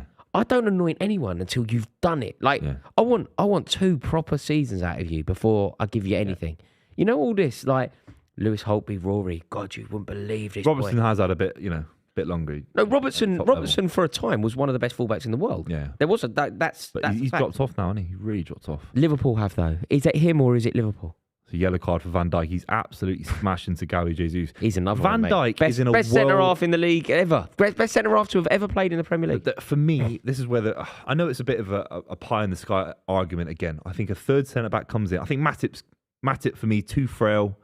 We're talking about a new Konate, for example. But why not Konate? Badiashile goes to Chelsea as an example. Let's just say Liverpool sign him instead. That takes the pressure off Van Dijk. You can give him a week. Badiashile's not going to take the pressure off Badiashile's a child. You're not going to take the pressure off Van Dijk. I think you need quality replacements to rotate the Liverpool squad at key points throughout the season. Van Dijk's played a lot of football in the last 18 months. You don't rotate. Man City is perhaps the only team that do this. But when you're a top team and you're a top player in the top team, you're not rotated. You know Chelsea, Mourinho, I know. The spine, yeah. Check, Terry, Lampard, Drogba, every week. My argument would be it's changed modern football, fighting on 4 fronts. That Chelsea side didn't fight in the same way. And I'm not saying, of course, this Chelsea side that you reference is unbelievable. But modern football, what Jurgen Klopp is asking these guys to do physically, there's a physical toll to it. We see it with Pochettino's Spurs. There was a kind of a burnout period. We've seen it with Guardiola's City. There's a burnout period with the intensity that these guys play at. I just, you know what I mean? No, mate, I'm not having that. Where's the rest? Van Dijk isn't supposed to have a rest. That's not what he's supposed to do. He's supposed to be the ever present. You know when Chelsea won the league in 15, John Terry, senior player, played every single minute. Was that a freak of every single game? Was that a freak season? No, that's what you do. Because Terry broke down. You don't. There were seasons where he broke down in terms of injuries. Terry had. You have Carvalho, you'd have Alex. No, Terry had injuries, but the point is, Chelsea won the league and a cup, not the double, but a double. Yeah. Every single minute of every single game. That's what you do. Frank Lampard broke the consecutive Premier League game record, and he took it from David James, who was a goalkeeper. Frank Lampard is a combative midfielder. Injuries, bookings, red cards, none of it. He became the most consecutive game, always available, always playing, because that's what you do. That's what you do when you're a top player like Virgil van Dijk is. The team is built around you. You're not rested. So you think there's a mentality issue there where his levels dropped off mentally? I'm just making the argument there's a bit of, for me, he looks fatigued. For me, he looks flat on energy. For me, he doesn't have a sharpness. I think having a World Cup middle of the season isn't great. Is Gabriel down injured here, Buvey? Gabriel Jesus is Gabriel is injured. This could be interesting. God, I've just seen a replay of that Gabriel Jesus goal. What a finish from Gabby there. Unbelievable. I mean, it is a good finish, but it made life a lot easier, the fact that there wasn't a defender anywhere near him. Keeper. Look at Jordan Henderson and Trent having a bit of a shouting match. Klopp looks baffled, doesn't he? Just looks baffled. He don't know what to do. See, so that's the question then. Yeah. If you actually believe what you've just said, the words you just said there are, Klopp doesn't know what to do. Which is the kind of you weren't saying it like this, but it's the kind of snide comment that you'd say about a Lampard or a Potter. Don't know what to do. So why Why is Klopp so sacred? Is it because of previous achievements? Because he's got a threadbare squad. I don't want to defend Liverpool because there's an argument where you're saying about the professionality of John Terry. His mentality was elite. You're 1,000,000% right, Roars. All I'm saying is, okay, it's not working. Where's the right back for Trent? Where's the replacement for Trent at half-time or 60 minutes in? There isn't one. James Milner has been playing right back throughout points of the season for the last 2 years at Liverpool. I'm seeing Oxlade-Chamberlain get minutes. I'm just being devil's advocate for Liverpool fans. As a football fan, it's terrible that the standard that Liverpool are operating at does not reflect what they should be at for Liverpool Football Club. It's absolutely diabolical. It's Sunday League. Even the keeper, I think, has been poor. Thought the keeper was poor against City. Yeah. The save day should have got a glove on that against Gabby Jesus. But that's just me. He's been good at points this season, Alisson, no question about it. All I'm trying to say is football is now a full competition sport for these elite clubs. They've got to play 50, 60 games a season at a very, very high ratio. It's not about drilling the ball in from 40 yards and getting it onto Wayne Rooney's head like it used to be, or Thierry Henry's head. It's a total game of a high caliber, quality, high physicality. And we're seeing Van Dijk break down. I think he's fatigued. And he's having to play more football. He has a World Cup to play middle of the season. It's crazy for me. Yeah, that's interesting. For me. The point of the World Cup, yeah. Fabinho was shocking against Man City. I thought he was shocking. Fabinho's had a terrible Who replaces Fabinho then? I mean, he's irreplaceable, isn't he? It's that particular player is just irreplaceable, I think. I mean, they're so specific. The job that he does, the role that he fulfills is so specific. Do you know what was interesting there? I just saw Ben White doing some very interesting things. Again, I need some help. You may know the answer, Booth, but if you don't, can anyone let me know? Ben White, brilliant season, playing so well, linking up so well with one of England's best players in Bukayo Saka, down that side. If you can replicate domestic form at the international level, it bodes very well, doesn't it? Yeah. You that's the dream. You get Beckham and Neville overlapping for club, you get them overlapping for country, and you do very well. England have that opportunity. You've got Ben White playing really well, linking up with Bukayo Saka and creating one of the most threatening right sides in the Premier League. Why? Somebody knows the answer. Ben White, England, what's happened? Somebody enlighten me? Somebody tell me, please. Do you have any insider information? I don't have any solid information. I would guess he was frustrated at the lack of any ability to play in the first couple of games at the World Cup based on the form he was in. He wasn't even used as a substitute. He wasn't But he's not in the squad. Yeah. He's not in the squad. Was he frustrated by is it a Mika Richards thing at the 2012 Euros is it 2012 Euros for Roy Hodgson? Where Roy Hodgson says, Mika Richards, do you want to be on my phone book to fly to Ukraine to be an emergency sub? No. He says, I don't even want to be in the squad, so I sort of retire from international football. Is it that? I'd love to. I think there's more to it. You know how he was sent home and then he wasn't in the most recent squad? He's one of, he's on form. Yeah. He's probably the best right-sided defender in the league. And if Gareth Southgate is this kind of oracle of progressive English football, you need Ben White in the squad. You need Ben White and John Stones at centre-back. Someone, somewhere, knows the answer and isn't telling me. It's just Ben White and he's playing at the moment. No, tell you in the there's comments. something. There's something. A scandal? No, there is. Yeah, there's something, man. Speculating on a scandal with Ben White. He seems like the least scandalous person going. No, not necessarily. No, but wait, the word scandal has like terribly negative connotation. Oh, no, but yeah. I don't mean that. I just mean like a dramatic moment on a football train. Yeah, of course, yeah. I don't mean a page 3 model. No, anything like that. No. I don't think. I don't think it's Morgan, that. Phone tapping. No, I don't think it's that. I do think it's potentially a flare up, a story. But I don't know it, and I need to know it. But even then, it doesn't. He doesn't strike me as a fighter, Ben White. No, but mate, he's a professional footballer. He's a professional footballer who clearly he doesn't strike me as an Aggie guy. Just so you know, anybody he's playing at Anfield, right? There's 22 people selected today to play in this huge clash of footballers. If you're one of those 22, you are an inherent winner. That means you have a temper. I'm sorry, it means you have. Some players are completely ambivalent to it, though. Completely neutral. No, Gary Lineker, impossible. Gary Lineker... Yeah, he did have a bit of a temper. But I'm just saying because he never got booked and all that. Gary Lineker was actually quite a good shout, I think. But he was like... I was going to say he's the anomaly. But even then, you could definitely see he had temper. You're probably right. But you know players who are seen as being quite serene and calm and ice through the veins and all that. So Dennis Bergkamp. Filth. He was nasty. Filth. Nasty. Yeah. Right, I'm brilliant. And I'm celebrating the filth. I'm not being snide about the filth. Yeah. You need to be. You need it, yeah. You need it. Yeah. You need a bit of steel. I always thought of Jimmy Floyd Hasselbank as like a really nice bloke, really calm. And apparently he had a right edge to his character as well. I've seen him shouting at the on the touchline for Burton Albion when he was manager there. What was he going mad? Yeah. Yeah, shouting QPR manager as well. Really? He's a wrong QPR manager. Is it? Yeah. No, I love Jimmy. Do you know what I think's a real shame? That Jimmy Floyd Hasselbank didn't hang around Chelsea once Abramovich bought the club. He said that, didn't he? He said that he never got the offer and he kind of... I think he'd agreed to go to Borough. I think he'd agreed. Yeah. And it's a shame because if he'd stayed at Chelsea, like he's better than Kesman, who we signed. Yeah. If he'd stayed at Chelsea, he would have definitely scored 15 goals for us that season. Yeah. You know, we bought in Drogba, so I imagine he thought, Drogba's coming, I've got to go.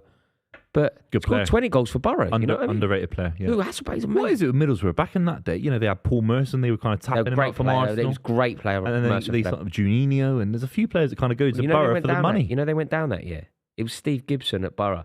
They've got to both. It's an amazing story. They signed Ravanelli. It was the year Chelsea signed. So Juventus win the European Cup, 96. That was the last time they won a European Cup. You know, Juve, massive club, like huge institution. They ain't won a European Cup since 1996. Yeah. Gianluca Vialli and Fabrizio Ravanelli. That team finished. They won the European Cup. Chelsea signed Vialli. Borough signed Ravanelli. And, what's going on here, Booth? There's a bit of a Xhaka and Kanate. What's that? Xhaka's heating up. Xhaka got booked Xhaka for having got it with booked. Trent there.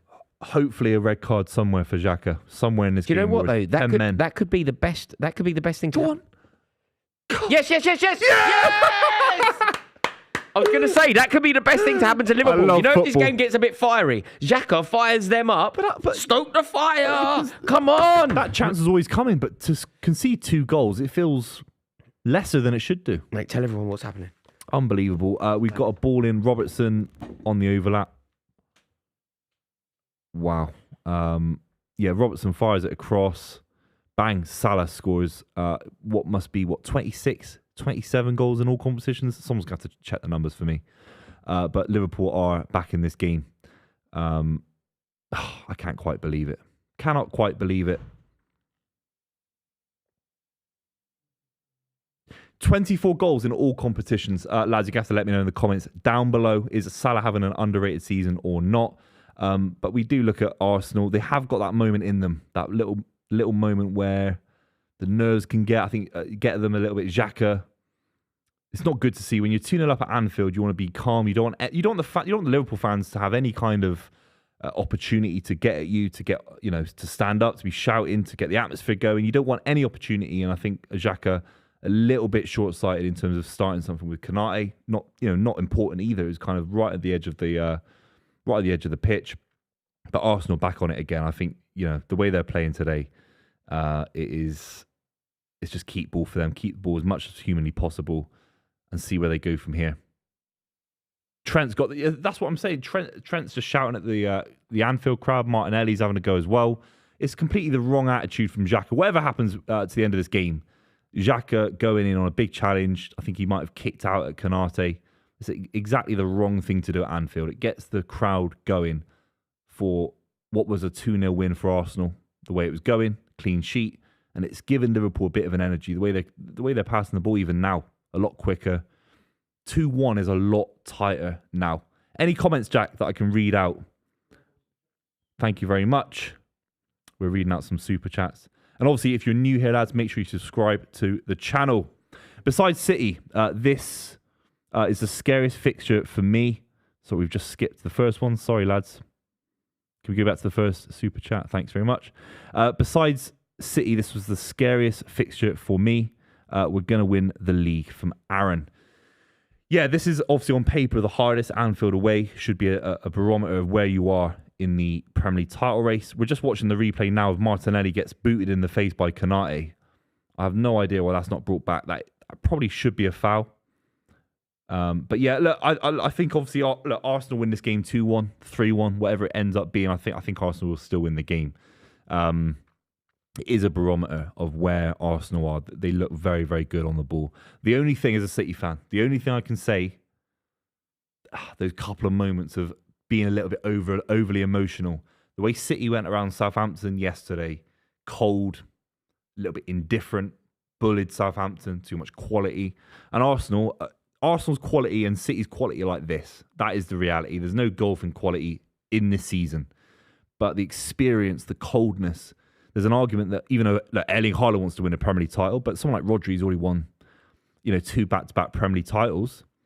There's absolutely no argument that the pressure on Arsenal to win their first league title in nearly 2 decades is completely different to what's, Rodri winning a third, even though it's important for Rodri as a professional, of course. I think the pressure is on Arsenal. They haven't won anything in 20 years. Were you here for the goal? I've seen the 2-1. You've seen the 2-1? Not another goal. Tell me there's another goal. No, there's not another goal, unfortunately. This will do, though. Do you know, it's off the back. This is exactly what Arsenal didn't need. They had the game sewn up. And I think the fight, I was just saying, it's the emotional quality of Arsenal that they sometimes get a little bit passionate.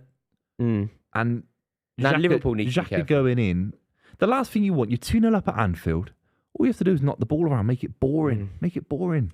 Yeah. You don't it was the Jose Mourinho tactic. It was the Jose Mourinho tactic. You go 2-0 up, nothing else happens. Boring. Nothing happens. You don't want to see anything written about it. Nothing happened for 45, 50 minutes. But seeing Xhaka kick out a little bit, he's got that in his game. He's got that kind of fiery temperament. I know Arsenal fans have liked it and warmed to it this season. But on a professional level, you do not want to see the Anfield, the fans at Anfield getting on Arsenal's backs. That'll give Liverpool a boost. Yes, and it's happening. You can see now. Look, you can see all the fans in the background there stood on their feet. So Gabriel Jesus is down here. Oh, he got munched. Konate's bullying people. I mean, I like him as well. Good centre back. Yeah, I don't think there was much in that really. It's slightly overly exuberant foul. But yeah, I don't know. It's weird, isn't it? So do you rate him? He feels to me like another one who's got a lot of credit and a lot of plaudits. Look at the fans booth. Look, this is exactly what you're saying they don't need. Last thing you want. Yeah. When I just popped out there, I saw a text on my phone from in that Chelsea group. Virgil van Dijk has made more mistakes in the last 6 games than Terry and Ferdinand made in 10 years combined. What, in terms of? I don't think it's a fact. I just mean contribution mistakes or whatever. Yeah. No, I think maybe it's a truth. I don't know. I just saw it there as if it were just like. I think football is I think we're both in the same bandwagon when it comes to football being an eye test. What do I see on the football pitch? I see a guy that got bullied at Napoli early in the season by Osimhen. A brand new striker comes on the scene. It's like a Rocky movie. The brand new fighter comes on the scene against the old guy, and there's this kind of fight to get back to where you were. Van Dijk got absolutely bullied in Naples. He got absolutely bullied, right? And he's getting bullied now. But do you know what, Booth? Do you not think that you know that kind of as you refer to it there as a bully, and that kind of moment when it just doesn't go your way. It's just like this one moment, and you've played against Osimhen, who's in the form of his life, who's looking like an incredible prospect, and it don't go your way. If that had happened this season, but that would be it. It would kind of be totally fine. But it's like mistakes like this. Why has Jordan Henderson done that and not shot, by the way? He's a tit, isn't he? Why has Jordan Henderson not had a shot from there? Yeah!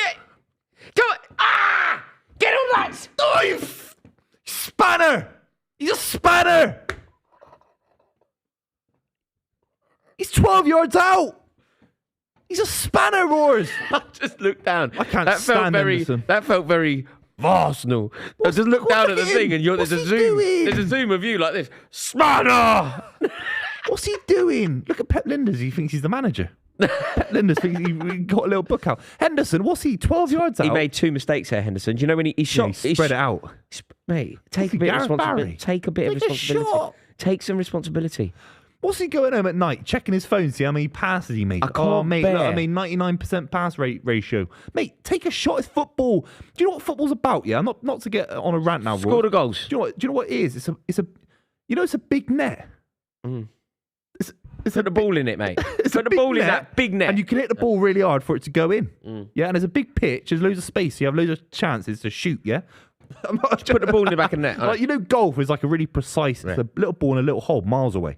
Yeah. Mate, football, hit the ball. Yeah, I agree. Mate, I don't disagree with you one bit. Get your knee over the ball. I think there is this like element of precision that doesn't need to exist in football. Sometimes wallop it over there and hope for the best. You know the school of thought, the Pep Linders kind of the process, this kind of philosophical stuff. Henderson probably prescribes that. He thinks spraying the ball out from 20 yards versus just taking a hit. But Jordan Henderson, I remember being at Stamford Bridge and watching him score from exactly there. Go on, Salah. I remember watching him score against Chelsea from that range a long time ago now, 7 years ago, something like that. He can do it. In that he's got it in the situation, locker. in that situation, he has chosen to not shoot. There's a minute left. There's 30 seconds left of the half. Yeah. You're losing at home to Arsenal. It's big. Chances aren't easy. That's confidence. It's confidence, pure confidence. That's a lack of confidence. Chances aren't easy to create. They don't come naturally at the moment for Liverpool. We've seen Robertson scoot one. We've seen Henderson balloon one. He dragged it, Robertson, didn't he? He got into the first. Look, they're going mad. Look at the ref. Why are Liverpool fans so irate?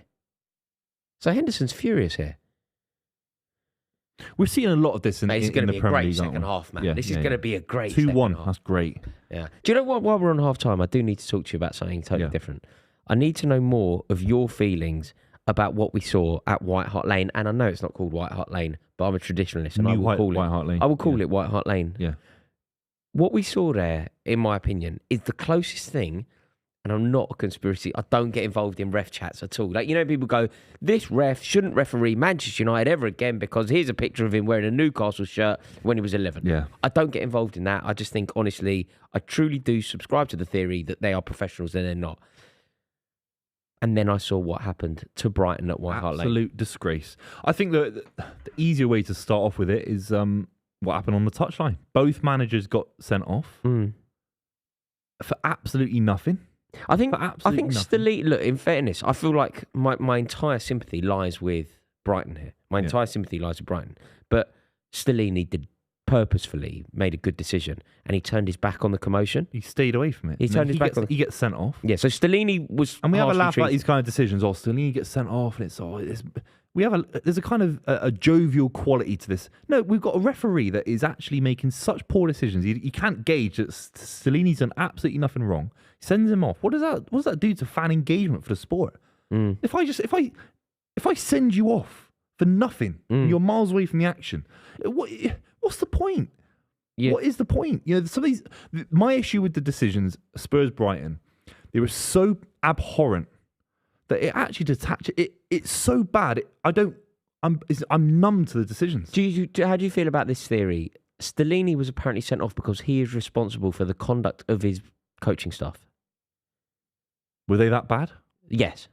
I mean, look, real bad. I don't think so. Hang on, sorry. I'm saying yes, but I'm answering through the prism of football. Yeah, the rules of No, I don't think so. I've got no issue with a bit of commotion. I've got no issue with passion riding high. I've got no issue with a little bit of handbags on the touchline. I don't care. Yeah. But I think by the very definition of what football has sadly become, they behave badly. Yeah, they behave badly. Yeah. So maybe he was. So look, okay, let's take it away from the managers. So I just think it was important to start there, just because both managers have experienced some sort of weird injustice in the game, and then we're seeing Matoma gets absolutely destroyed by Højbjerg in the box, absolutely bullied. It's a penalty all day long. He stamps on his foot, stamps right down on his ankle. You can see it clear as day. Do you know what I think it has to be? And this is again cowardice from the officials. I think it's either a penalty or it's a dive, isn't it? Yeah, like it's impossible. It's impossible for you to say nothing. Yeah, it's something's happened. I'm afraid, as an official, you have to take some responsibility here. Something has happened. So either Matoma has been cynically fouled and brought down, and a penalty needs to be awarded, or if you're insane, Matoma has tried to con you and look for a penalty, and therefore you need to book him. And these refs, it was Stuart Atwell, I think, who's, by the way, the worst referee in European football by a country mile. I mean, I could easily name 3 other English referees who I think are worse. So I think, again, the eye test thing, the way he acted on the pitch from what I saw of the game, the kind of this kind of snobbery, the kind of way he acts with players and managers, the lack of kind of someone like we look at. Give me a good referee. Over the years, you mean? Howard Webb for me is a great referee for me. There's a level of compassion there. Even if he gets it wrong, a kind of arm around a shoulder. I think it's important in football. This is a serious sport. Footballers are playing for their lives.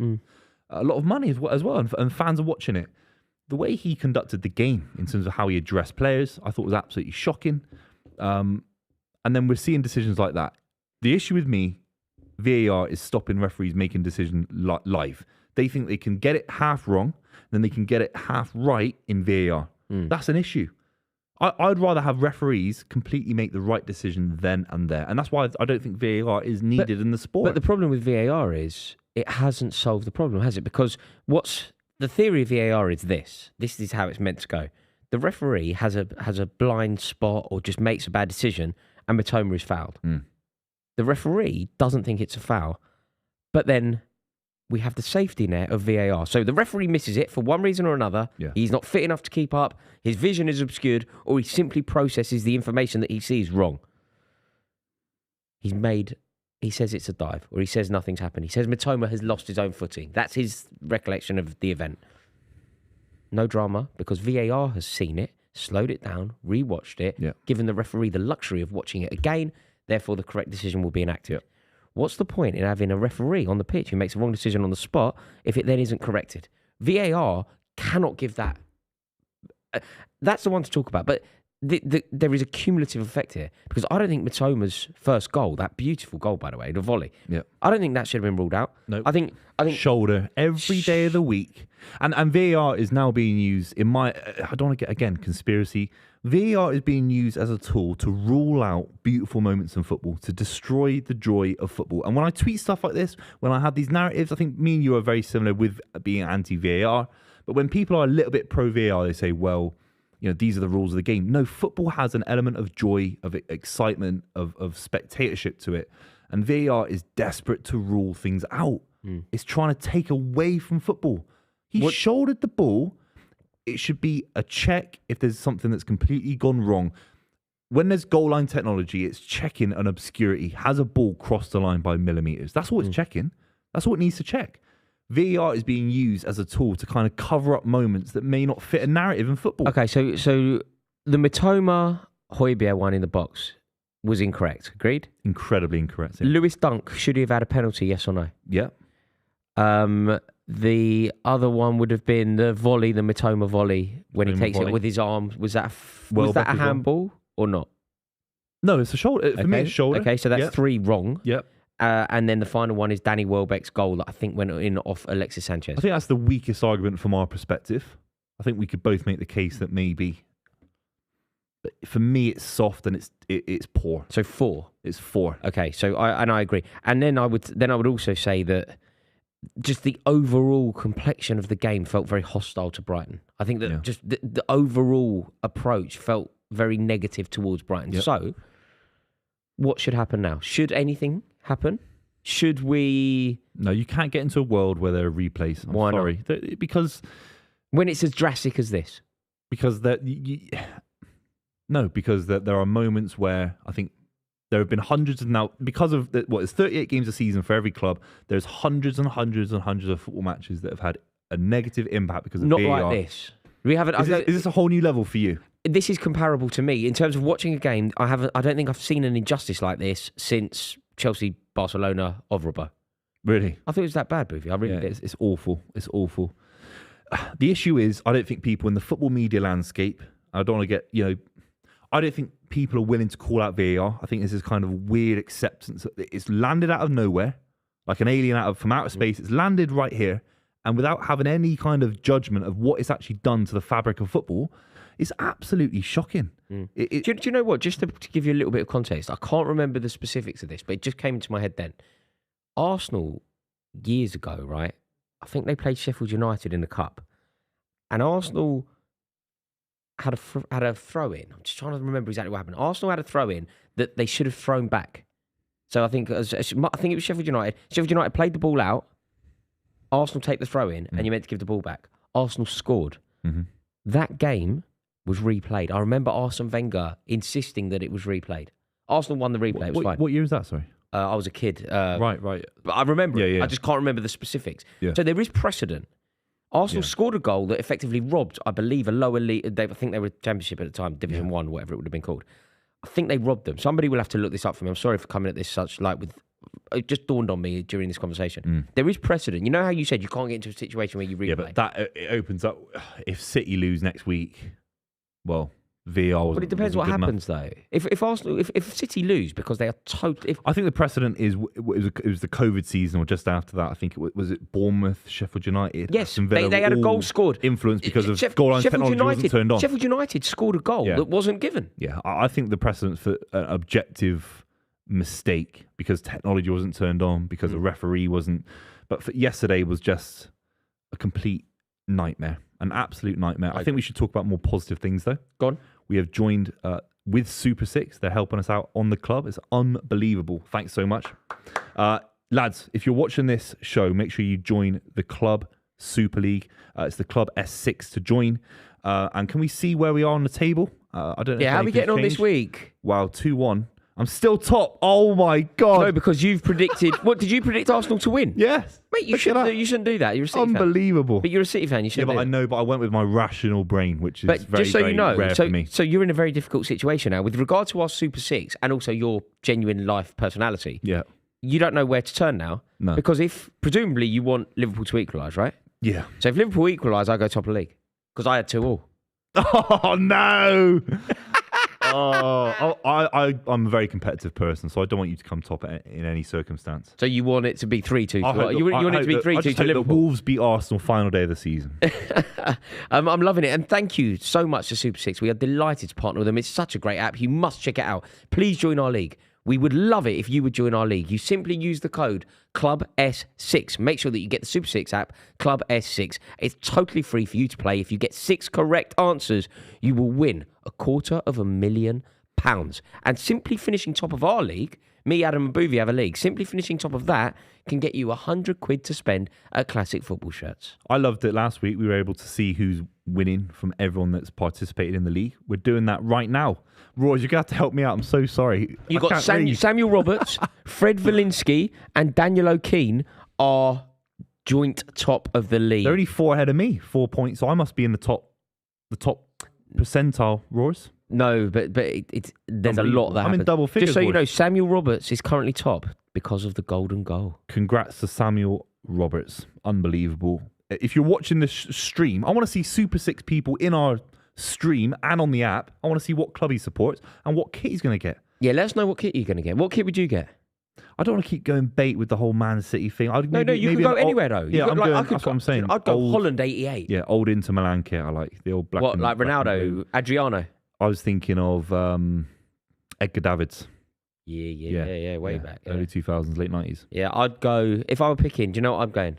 I'm going Ruud Gullit, Marco van Basten, 88. Oh, nice. As an honour, the geezer who scored yesterday, see that Nunes goal against Chelsea? Yeah. It's Marco van Basten. Oh, yeah, it was unbelievable. Isn't it? Yeah, it was Marco unbelievable. van Basten, 88 against USSR. Yeah. Unbelievable goal.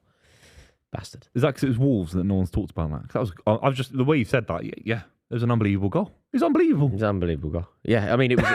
The thing is, I was very cutting about Chelsea when we spoke about them earlier, and I was like, fairly honest about Lampard. I think he made some mistakes and whatever. But equally, the geezer's hit a ball like he's never going to hit a ball like that again for the rest of his life. No. What can you do? It's unbelievable. Who's a past niche player from your club that you love? This is from Levi Bowden. Roots. Sun Ji Hai is always the first one that goes to me. That I think he's the first and only Chinese international in first division history in this country. He was a left back, bit of a centre back, but left back. He's a very, very nice chap as well. Yeah, unbelievable. I've got 2. Can I have 2? Yeah. One's from my youth. Yeah. By the way, it has to be someone I know. Okay, I've got good football knowledge, hopefully, but sometimes you go Victorian era. Some of these footballers. No, but I think Ernest Buckleworth. It's not my fault. It's not my fault. It's not my fault if you don't know them. Play with Queen Victoria. Okay, Gavin Peacock. Yeah. Can I have Gavin Peacock? Yeah. Okay, Gavin Peacock from my youth. You do go on about him a lot. Is it? I want someone that I've not heard before. Oh no, I thought you said that. I thought it had to be one that you've heard of. But I feel like the whole audience have heard these. I want someone a bit different. So sorry. So I go on about Sean Wright Phillips a lot. So do you know what I mean? I want someone. Is there anyone? What, a Chelsea player from back in the day? Chelsea player, bit of a cult hero that I've not heard you talk about. Dmitry Karin? I don't know who that is. The Russian goalkeeper. You always used to play in tracksuit bottoms. Dmitry Karin. Yeah. Who's the lad from... Dmitry Karin. Dmitry Karin. What year are we talking then? Late 80s? No. 94. 94. Yeah. Dmitry Karin would probably be my left fielder. He had an amazing kit. Like a most ugly but now beautiful, goalkeeper. Who's the lad from Hungary with the track pants? The keeper. Oh, yeah, no, he played for Palace. He played for Palace. Wow. Yeah, I know who you're thinking of. The goalkeeper for Palace is called... Can someone Google that for us? Palace keeper, Hungary, played in Euro 2016. I've got his face. He's 40 years old in Euro 2016, still playing for Hungary. They played France, I think, opening day. I've got his name. Tournament. Do you remember Gabor Kirali? Do you remember Innit? Corrali? Corrali. Yeah. Do you remember Newcastle's keeper from way back in the day who used to play in a wig? No, who's that? Pavel Cernacek. He used to play in a wig. Yeah. Do you remember? Do you know these iconic East European goalkeepers? Do you know who Ludek Miklosko is? Nope. West Ham fans still sing about him. They got a song, right? They give it something like, "His name is Ludek Miklosko. He comes from near Moscow, and now he's in goal for West Ham." They used to do like a whole thing. That's hilarious. Yeah. And he walks down the street. Every man that he meets, they say, "Oi, Ludek, what's yours? Name is Ludek Miklosko." Who's the West Ham left back? Now? The legend left back. Julian Dix. Julian Dix. He was born in Bristol. It's Julian Dix. Born in Bristol, yeah. Born and bred. Did you ever see what Gianfranco Zola did to him? What do you do? Oh my God, we sing about it still. And if you want to know about taking a piss, go down to West Ham and ask Julian Dix about Zola. Zola. That is hilarious. Just before this second half gets underway, which it is now, we have to say a huge thank you to the wonderful people of NordVPN. NordVPN have partnered with us on the club. We are honoured, we are touched, we are thrilled to tell you that Nord have chosen us. They are a wonderful service. Everybody needs some VPN action in their life, and NordVPN have all of the solutions. It is so affordable, it's so cheap, it's comparable to the price of a cup of coffee. It allows you to watch football where perhaps football shouldn't be watched. It allows you to book flights for far cheaper than perhaps flights should be booked, and it is the gift that keeps giving. It gives you a money-back guarantee, and simply signing up with one subscription allows you to partner 6 different devices. It's truly wonderful, isn't it, Big Bad Buvey? It's unbelievable. It's the fastest VPN of its kind on the internet. It means you get a lagless, bufferless service. Obviously stops things like malware as well. And as Rory correctly said, if you're looking for flights, you're looking for trains in this country, can be devastatingly expensive. A VPN stops those websites tracking you, meaning you get the cheapest possible deal at every opportunity. The big thing for me, Roy, is when all these Arsenal fans, they get on the train back down to London, they can have a nice little Gales tonight when they get back to North London. And with that cup of coffee, the price of a cup of coffee, you could get a VPN instead. That's true. Beautiful, Roy. Although your sort of sneery attitude towards like Gales is all right. I like Gales. Yeah, I like everyone. I like Gales. Everyone, but every Arsenal fan goes to Gales before they go to the game. They opened Gales on West End Lane in West Hampstead. Really? Yeah. Oh. Best day of my life. Yeah. The croissants in there. Best day of my life. The almond one. If Gales want to sponsor the club, I'm in. Contact us. You can DM me, Buvey. Or just me. Or just me. I'll get you some free coffee. Yeah, no, I'm in. Both of us. No, Don't cut me out the deal, Ross. No, I'm in. No, you're fucking. You're a snake. No, sorry, I didn't realise. Wait, did you say the club or did you say partner with you? DM me and I'll forward them on to the relevant person. All of us. I was thinking about all of us, Ross. Oh no, I'm in. I want a sponsorship with Gales. That is official. Okay. And it has to. When you broker the deal, I want a year's worth of coffee and soup. Yeah, not soup. Soup's good, man. They do lovely soup. They do lovely poached eggs as well. Oh, poached eggs, yeah. Unbelievable. Unbelievable. I've been eating a lot of eggs training for the marathon. Mate, what gels are you using? No, you're not. I'm not into all of that. Can't believe that. Just electrolytes. Come on, son. Sport and all that. Come on, son. Oh. Get your shot off now. Go on. Jordan, left foot. Oh, he bottled it again. Left foot. That's terrible. Oh, Jordan Henderson. I thought Trent's quality had delivery. That's Salah. Oh, Salah, sorry. I actually need to get some glasses.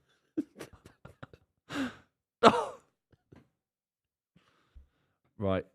Unbelievable. I actually do need glasses, don't I, Royce? Have you got contacts? No, my You're just fine. Yeah, the thing is with eyes, you never know, do you? Because I've never looked at your eyes, so my vision could be terrible. I might be colourblind.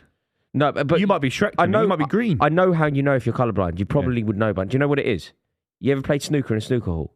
Oh, yeah. No, do you know the test for colourblindness? Honestly, no. Have you ever played snooker in a snooker hall? Yeah. Somebody who's colourblind cannot differentiate between brown and red in the lights of a snooker room. Right. So if you've played in a snooker hall and you haven't had an issue with red and brown, you're laughing. Shoot, you pillock! Go on. Why aren't they shoot? Oh, mate, wait. Why on earth? That was dreadful. Is that Gakpo? Why on earth? I'm so angry. You have to tell if neither of us can see Roy's, then we're screwed, aren't we? Oh, nothing wrong with that tackle. He got the ball there and he's diving all over. He's a flip-flop. He's got the ball. There's and nothing he's wrong with that screaming. tackle.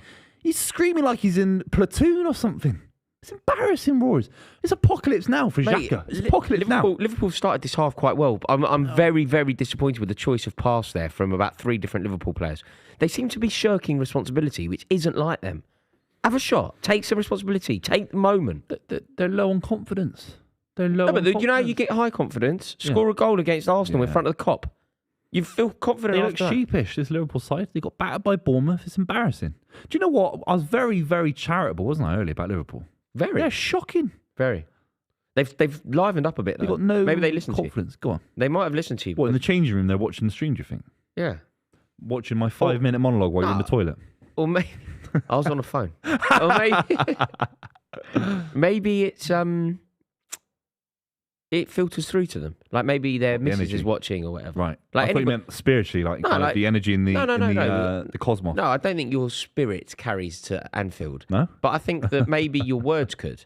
Like say Trent Alexander-Arnold's best friend watches the club. Yeah, and he might have sent a text going, Buvey just said this. Slagged you off, yeah. He's slagging you off. Come They on. are looking better. They are They're moving looking the ball better. quick. They've spread it over to the left wing position. No, Oh. win it. Trent's popped up in midfield. That's a nice little touch from Trent. Arsenal defending from the front. Look, every Arsenal player behind the ball. That's how it needs to be now. Go on. Nice. Go Get on. it over now. Quicker. They're quite frustrating, this Liverpool team. Terrible. Right, now get it over. That's terrible. Can't beat the first man. Please. Mate, look where Van Dijk and Konate are. They're camped firmly in the Arsenal half, and now they're in behind. Fabinho's in behind here. Pick the right pass. Come on. I mean, that couldn't be the most corner. wrong. Yeah, it's corner, but Yeah. don't just chip it into the There's first. a cutback there. I saw a cutback available. I would have zipped it in. I'd have gone round like slightly ping it round. That would have been my range there, round. Yeah. Ethan Galvin says, Sunderland fan here. What is your favourite football partnership? For me, it's Niall Quinn and Kevin Phillips. I was at the Stadium of Light when Niall Quinn and Kevin Phillips, Chelsea lost 4-1. I think Bernard Lambord scored for us. And those two destroyed us. That was a proper partnership. Have you had any like proper partnerships? Like it's not really the system, is it, for you? What about when you were a kid? Was there like a partnership? There's a penalty. Yes! There's a penalty. Oh my God. I love football, Royce. I love football. Oh my God. Oh Mate. my God. If they score it, Wait, what, why? it's handball and Rob Holding. Holding handball, is that what it is? Oh, that's soft, isn't it? What are they doing to the sport? Is that what that is? That's clumsy It's from Rob clumsy, Holding. mate. It's It's clumsy. really, He's got his really foot clumsy. stuck there. You can't do that. Yeah. Do you know what? Holding cost Arsenal top 4 last year, Yeah. and he's costing them the Yeah. league here. When's Saliba back? Have you heard anything about that? No, he never I've not told me. seen anything. But I'm not seeing anything about that, which isn't a good sign in terms of I injuries. can't believe this. He's Barnett. Yeah, the fact he was able to recover that Barnet, anything's possible. Yeah, in life. I Isn't could it? get with Margot Robbie tomorrow. That is possible. Like, It's more possible than having hair or Yeah. the back of going bald, yeah. It was mental. Would that be your choice of woman? So, like, you know how you've just plucked your dream woman? Is Margot Robbie? Probably, yeah. I mean, In the whole world, ever. not ever. So who would it be in the whole world ever? Dream woman for Buvey. Wow. Do you know who I think is incredibly good looking but doesn't necessarily get the props? Penelope Cruz. Yeah. Fit. Yeah. What was the movie she was in? Many a movie. One with Scarlett Johansson. I liked it when she played the drug lord. What movie was that? I can't remember. Penalty. Come on. Yeah. Biggest moment ever. Trouble Come there. on, Salah! Oh, no, man! Oh, my God! Oh, what is he doing, man? Oh, Salah's just spooned it. Oh, my God.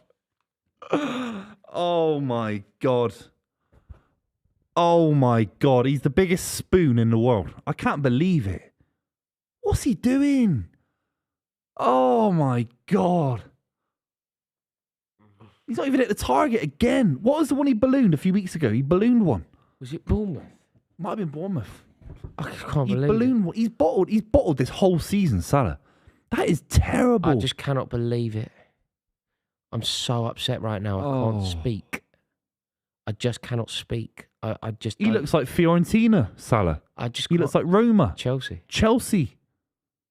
Here we Come go. on. Trent's on the go now. Go on. Oh. Terrible. He's floating them all the time. That's better. Give it. Don't hit it. Give it. No, Give shoot. it. You melt. Oh. I just can't believe. I honestly cannot believe it. I can't believe it.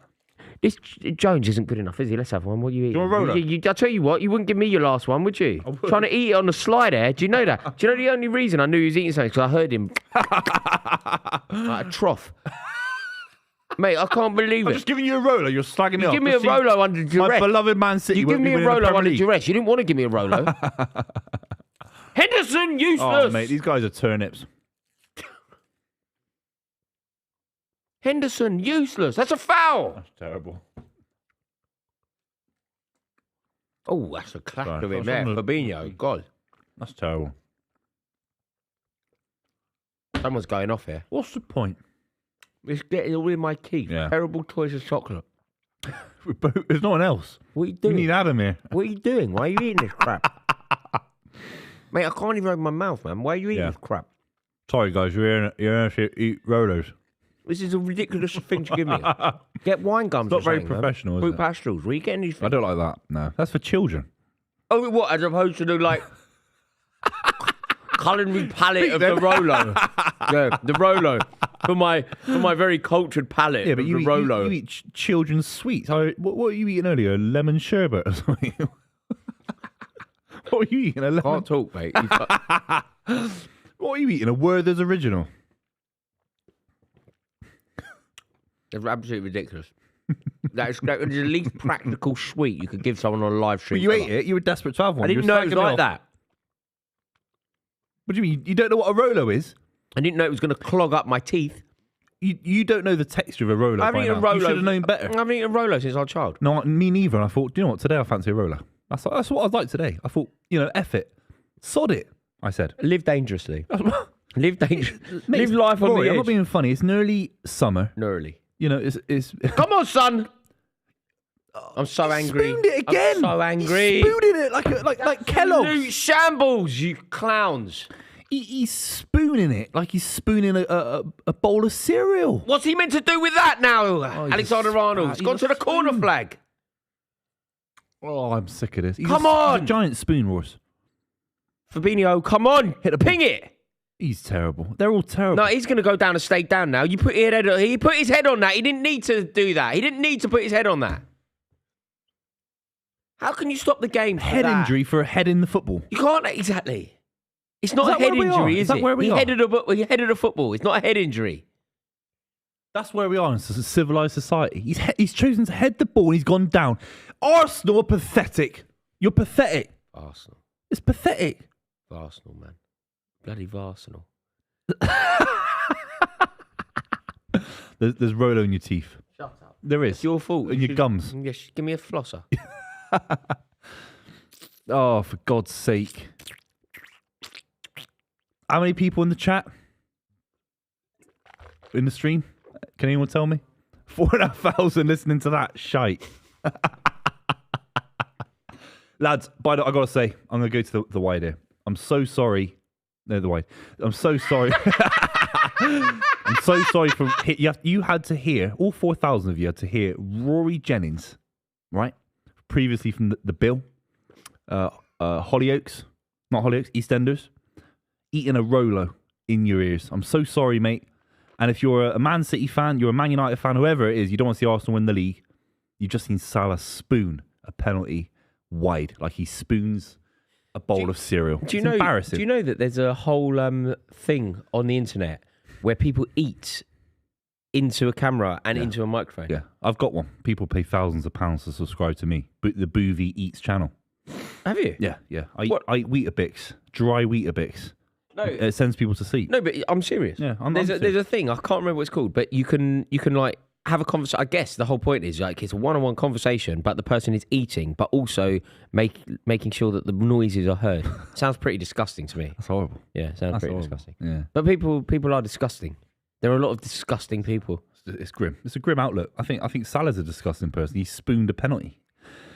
He's been given a new contract. He's robbed Liverpool blind. I hasn't can't he? believe that he's missed a penalty there. I cannot believe. It's Do you know twice at now. what point does Salah now not take the penalties? Like if you're on that I've team. seen it at City. Riyad Mahrez keeps Wait, taking them. Fabinho's on the Sterling kept pitch. taking them. Fabinho used to score loads of penalties at Monaco.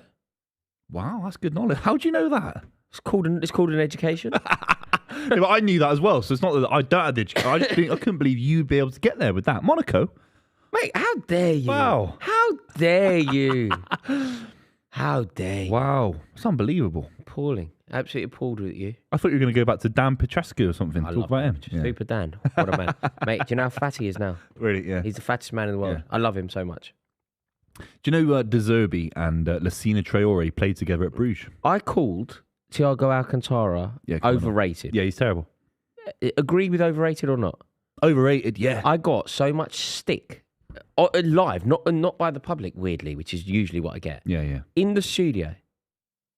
I was in a studio. I was doing a Sky show. Yeah. I called Thiago at Sky Saturday Social. Yeah. Right in the room. You've got Robbie Lyle from Arsenal Fan TV. You've got Joe Tomlinson from Sky and many other things. You've got Adam Smithy from Sky and many other things. Yeah. The three of them. When I said Thiago Alcantara, it was as if laugh they were out the room. Do you know that? Yeah. Do you know that meme that's going around where there's like a guy with like loads of knives at him? What opinion makes you? I said Thiago Alcantara is overrated. Yeah. The three of them just went, what? I was like, whoa. And you know when you kind of doubt yourself, you kind of go, hang on a minute, am I wrong? Because I really don't think I am. I really think that I'm right. But your reaction has kind of terrified me into now thinking that I'm wrong. Yeah. What do you think? I think he's world class. I think the issue for Thiago was he was considered an all-time great at points. He was considered so good that he was kind of a historic figure in kind of how good he was in midfield. I think he's just been a top 5 midfielder for a couple of seasons in our generation. But has he been? That's it. In terms of his contribution to Liverpool and to the Premier League, he's been okay. Totally underwhelming. He's been okay. Has he? He's been all right. Yeah, he's been okay. I mean, by okay, you mean like okay, good? Yeah, he's been on his day. He is world class. No, but that's not the thing, is it? But that's how I define him. Yeah, but that's not. I don't think City go out and spend 40 mil to try and get him. Mate, but if I say to you, Raheem Sterling on his day is world class, you'd go, oh, it's not enough, is it? No, it's not enough. It's the Robbie Savage thing. You know, he said he was world class against Michael Essien, and he marked Michael Essien out of the game. And everyone started Robbie laughing. Savage? Yeah, Robbie Savage said that famously on BT Sport. He's like, I was world class once. I marked Michael Essien out of the game. That didn't happen. That didn't happen. That literally didn't happen. He couldn't. I'm so upset. I thought I was upset when Mohamed Salah missed the penalty, but Robbie Savage, one of the most average men to have ever existed, one of the most average footballers to have ever existed, suggesting that he could get near one of the greats of the game. Yeah. How dare Everyone he? started laughing. Good. You had Michael Owen in there, Ballon d'Or winner. You had, I think, McManaman in there. Robbie Savage should never even say his name in the same sentence as Michael Essien. Go on, Jack. Was it Zola said he marked out the game? I thought he said he That's even worse. There's a clip he said Essien, lad. There was a clip he said Essien. That's even worse. He said he marked Gianfranco Zola out of the game. Yeah. He is not fit to lace Gianfranco Zola's boots. wouldn't have Robbie played. Savage is one of the most average people to have ever existed. I'm not even talking about footballers. I just mean as a man. It's so pitiful and average. As a footballer, insignificant at best. I told him full once, of his own self-importance. I interviewed him once with BT. Did you tell? I wouldn't bother. I wouldn't even go to that. If I invite you to interview him, I'll say, well, you should interview me, this prick. Well, I had to do my job, Ross. So, but look, I said there was a question: underrated or overrated? I said Ryan Giggs. I said Ryan Giggs, one of the most overrated players. He's my Thiago for you. Ryan Giggs, for me, overrated. For me, overrated. And he had a meltdown because of the Welsh thing, etc. But I don't know if it's Welsh because I'm not Welsh, and I don't think Ryan Giggs is overrated. But for Robbie Savage, because he played with him, yeah, for Wales, and he's like, I play with, But for me, Ryan Giggs overrated. No, I disagree on that. But good player. Look, good top level Premier League quality. Was he ever world class? Yeah. Was he top 5 wingers in the world? Yeah. Really? Yeah. Look, I'll let you speak. Yeah, mate, football is a game of opinions. I'm not telling you what to think. I just really. No, I follow your lead, Royce. I follow your lead now. I think Ryan Giggs. Look, Buvey's 13. For me, Dan Petrescu is the best right back I've ever seen. Buvey's 13 league titles. Think of the turnover that Manchester United had at their disposal. Still be there. He was still there. He was there as a child, as a winger. He was there as an old man, midfielder. Controlling them. Yeah. Maybe. Yeah. But how dare Robbie Savage talk about Gianfranco Zola like that? I'll tell you what, on the podcast that we record, make sure that you listen to our podcast. By the way, we would love it if you would download and follow us on Spotify and leave a review. It really helps out. Every Wednesday there will be a new release. We do a feature on that called Taxi 4, where somebody gets it in the neck? Do you know who's getting it in the neck this week? Who? Robbie Savage, Robbie mate. Sure. Savage, yeah. Mate, if the answer's not Robbie Savage, it's a weird thing to bring up, isn't it? It'd be really weird for me to go, do you know who gets it in the neck this week? Michael Dubry. Well, Nunes has just killed Zinchenko. Come on. It's from the resulting corner. Trent just had a corner, by the way, whipped it in. So deep, so flat. It's just going nowhere. Come on, Needs Liverpool. some quality. Yeah. That's good. He did well. It's only 64 minutes. Like, the penalty is devastating for us, but It's taken the wind out of their sails it's a bit. not a but penalty you miss coming 88 back. minutes. That's it. He's onside. Whip it. It's too slow. And If it's you always can't cutting whip back. it, don't ask for it down the line if you can't whip it with your left foot. You've asked for it down the line and then... Oh, Thiago's just been done there by Jesus. Oh, my God. Now this Martinelli's a killer in this situation, man. One-on-one with a defender. Oh, well done, Robertson. Well done. Pushing the Fouling him, though, isn't he? That's the other thing about that. You know when we were talking about the Matoma like handball? Højbjerg shoves him into the ball. Yeah. So if he does handball it, it's because he's pushed into the... It's grim. Disgusting. It's grim. Oh, it's good play from Arsenal. Relieving the pressure. That's why it's so important to be so good on the ball. You know, it's so important to have good possession. I don't think you can win a Premier League these days without top levels of possession. Buvey, I've got a super chat here for you. I'll read it because it's for you, but I'll read it. Buvey, hope you are doing all right. Assuming our win here on those lots... Oh, he's grammatically... I don't know if he gets it read out anymore, I'm afraid, Jack. But I'm afraid that you're going to have to retype and repay because that's... Look, grammar What's is everything. the gist of what you're grammar trying to say? is everything. Grammar makes us who we are. Without grammar, I can't help you. So I'm going to now have to paraphrase. Without grammar, we're just cavemen, really, if you think about it. You know, we're in a civilized society. A few commas would not go amiss, mate. I can't even read what you're saying. Jack, I can't make it out. It's the lack of grammar. 100%. Buvey, percentage. Yeah. The question is effectively from Mr. Highbury, by the way. Yeah. What percentage do you put on City winning the league and therefore Arsenal, I guess? I'm not going to use words. I'm going to use visual language, and you can, reference it however. Use your interpretation. Hang on a minute. So This is are you telling us artistic now? drama class. Hang on a minute. Yeah. So what you're going to do now? This is going to be amazing, by the way. Yeah. Buvey is going to tell us how the Premier League title race will ensue, using only interpretive dance. Yeah, as a percentage chance. Okay, this is how it goes. 100. City have a 100% chance of winning the league. That's your opinion. You've said that now on camera. I've not said anything. I've just put things into the atmosphere.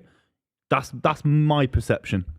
Now you do you. It might have been zero, whatever you want. It could be anything. It could be an image. But for me, it's one.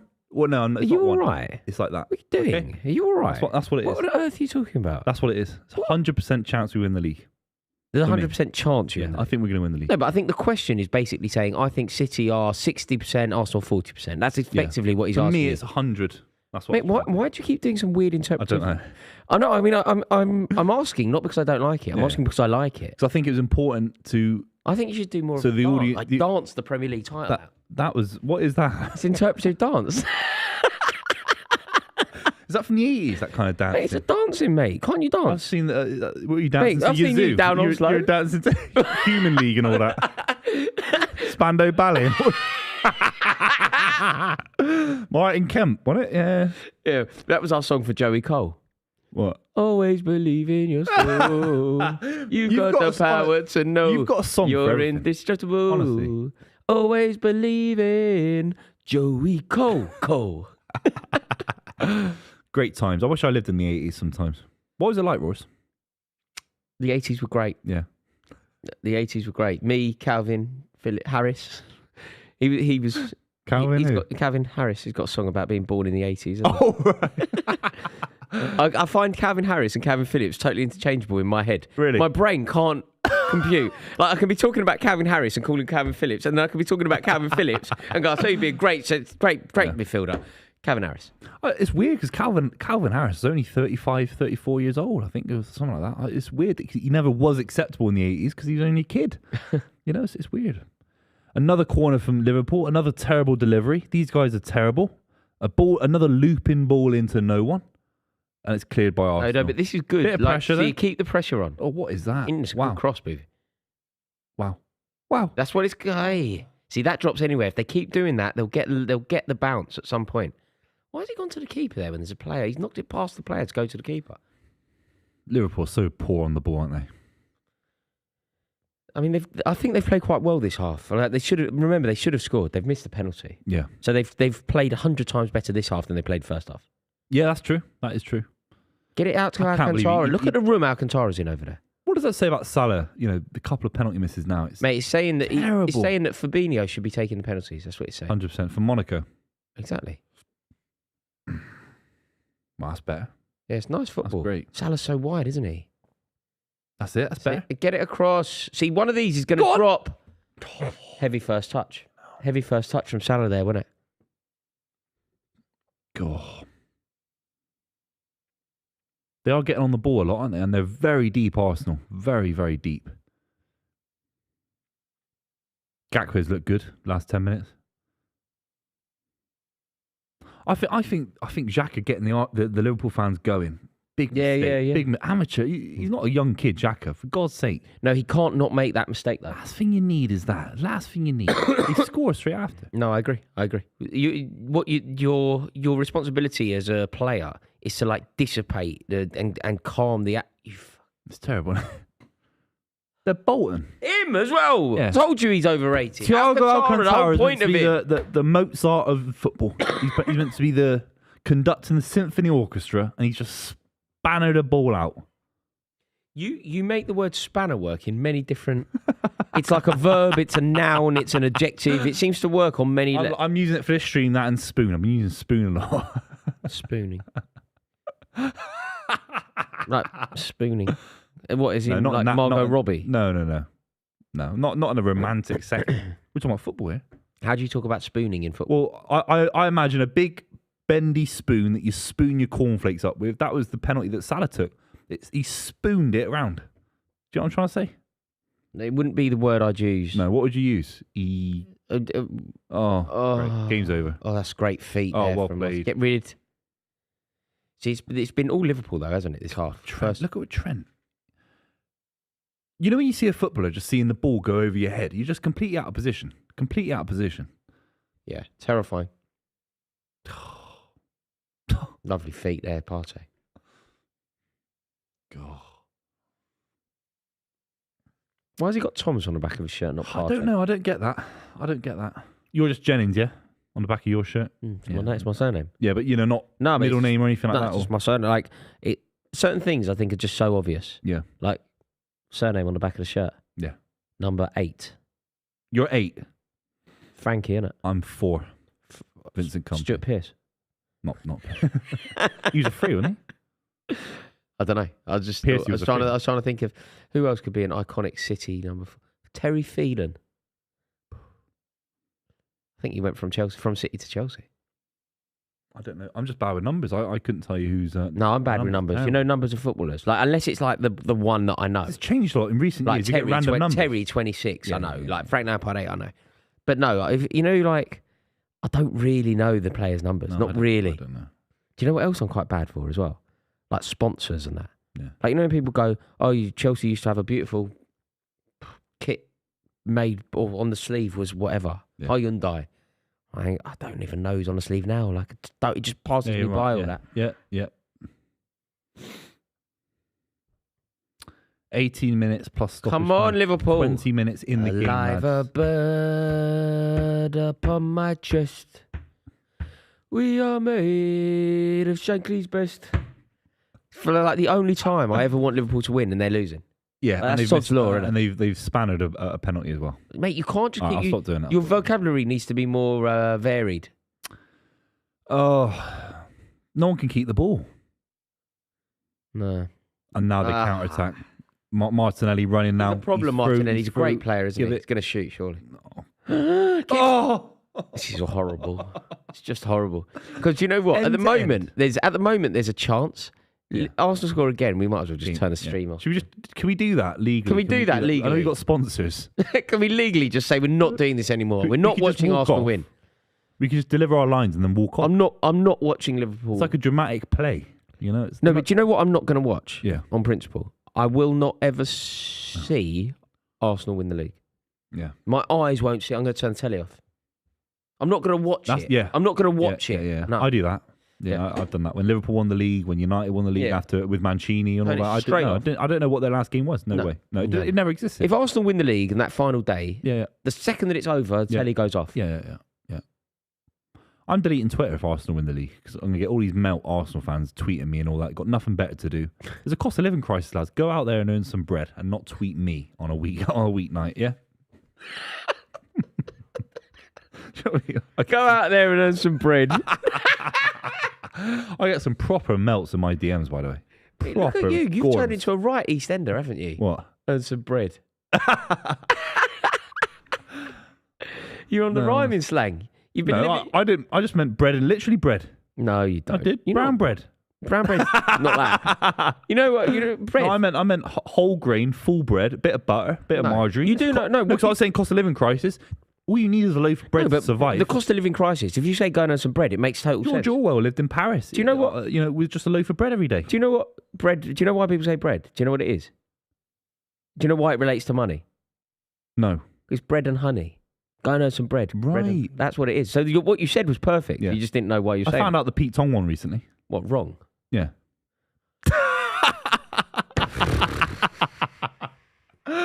Wish Adam was here. I didn't realise Pete Tong had his own thing. That's pretty cool, though, to be your own thing. Yeah, that's pretty cool. Yeah. Do you think there's any new ones in the pipeline? No, there's. They're doing a Jennings. All the time. No, that won't work. But remember Gloria Gaynor, who used to sing like "I Will Survive"? Yeah. She's got one. What is it? New pair of Glorias will be trainers. Gloria Gaynors. Got a new pair of Glorias on. What does Jennings rhyme with? No, it doesn't work. Jennings doesn't work. Pair of Gloria Gaynors. Can we get some in the comments? Any rhyming slang? Remember, Rory Jennings, there was a cricket ref, I think, cricket umpire called Dickie Bird. Right. That became like a word. Like, I'll have to have a Dickie Bird with him. I haven't heard a Dickie Bird from him. Yeah, they're constantly happening. I'll tell you the one that really made me laugh. Right, there was like, oh, you'll like this. You haven't gone down a political route yet. Yeah. There was a Tory geezer called what's his name? Grant Shapps. Yeah. Right, and people would say like, for chaps, like people would go, how many Grant Shapps are about? Like, how many Grant Shapps? That's a new one, isn't it? Isn't he in the cabinet now? With Grant Shapps. Grant Shapps, like football lads will call themselves chaps or whatever. Yeah. Grant Shapps. Yeah, good firm of Grant Shapps about. It's ridiculous. Absolutely ridiculous. Oh, come on, Liverpool. That's terrible. That's terrible. Right, good chance here. Good chance here now, Henderson. Do something. What are you doing? He's Gareth Barry, isn't he? He's Gareth Barry. He's Gareth Barry 2.0. That wasn't good enough. He just slams the ball into... Control that. Yeah. Jones, isn't it? I think it was Curtis Jones, yeah.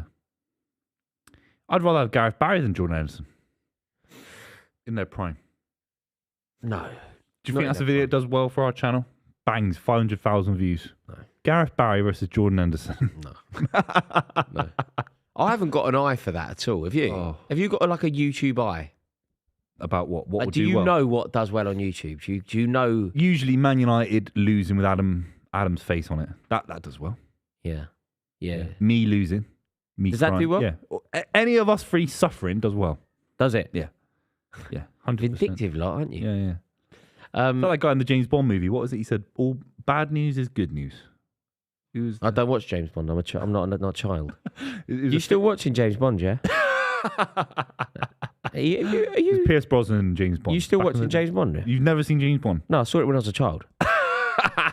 Wait, so when does childhood end? 16. So you've never watched a James Bond post 16 years old? Since I left full-time education. Because it's a great I had other Casino things Royale. to do. I went out and earned some bread, mate. What a fantastic movie James Bond is. Do you know what I keep having as well? I keep having to deal with. Our producer Jack keeps sending me Family Guy clips. I'm sitting through that. I'm not watching a cartoon, mate. Like my daughter watches cartoons. I'm not watching cartoons. Yeah. Do you know when I was in Ireland? Do you know what Elliot Hackney and Adam McKola were trying to do? I didn't allow it, don't worry. And I really annoyed them. We're in this pub and it's really good, the pub. It's all lively, right? And you've got the old shuffle boards going on. Yeah. They've got the computer games there for the football on the computer. Those two sit down and start playing computer games, football. me versus you. I'm Real Madrid. No, I'm Paris Saint-Germain. I was like, we're in the pub. What are you doing? Yeah. They start literally playing. I've passed to Neymar. I'm Messi. I was like, are you fucking kidding me? Like, you're adults. What are you doing? I just kept going to turn the telly off. No. Oh, Didn't wow. allow it. Wow. No, you're happy, right? You can't allow Just because you're here with me, then yeah, I am. You happy. can't allow that. I'd want to play, though, because I get really I'll competitive. turn it off. Yeah. I'll turn it off. I won't allow it. What if it's a ping pong table? Would you be annoyed by that? Would you In would a you, pub, Would in you a- catch the ball in the in a middle of pub. a serve? I love a game of ping pong. Yeah. In the right circumstances. You could. I think everyone's all right at ping pong, aren't they? Well, Elliot was giving it the big one. Oh, no, I've beaten Elliot. I smashed. I beat Elliot. Elliot. It was bad. Yeah, It was yeah. nasty. I've beaten as well. Elliot. In front Elliot's of, very in front good of all his sportsman. mates as well. It was Elliot's nasty. beaten me at tennis and he's better footballer than me, but I'm a better ping pong player than him. Yeah. We played football over there. We won. Yeah. We won the club. We did the club proud. Oh, quality. We did the club proud. We Quality. won. So we played another game recently, didn't we? And we didn't win that one. Remember that one? Yeah. But yeah, look, in a pub, I want to drink and I want to talk and I want to listen to the specials. That's all I want in a pub. All I want in the pub. It's all I need. Yeah, All I need in the pub: company, Guinness, the specials, Yeah. and that's it. Don't want computer games. Yeah. Don't need shuffleboards. Don't need anything like that. Yeah.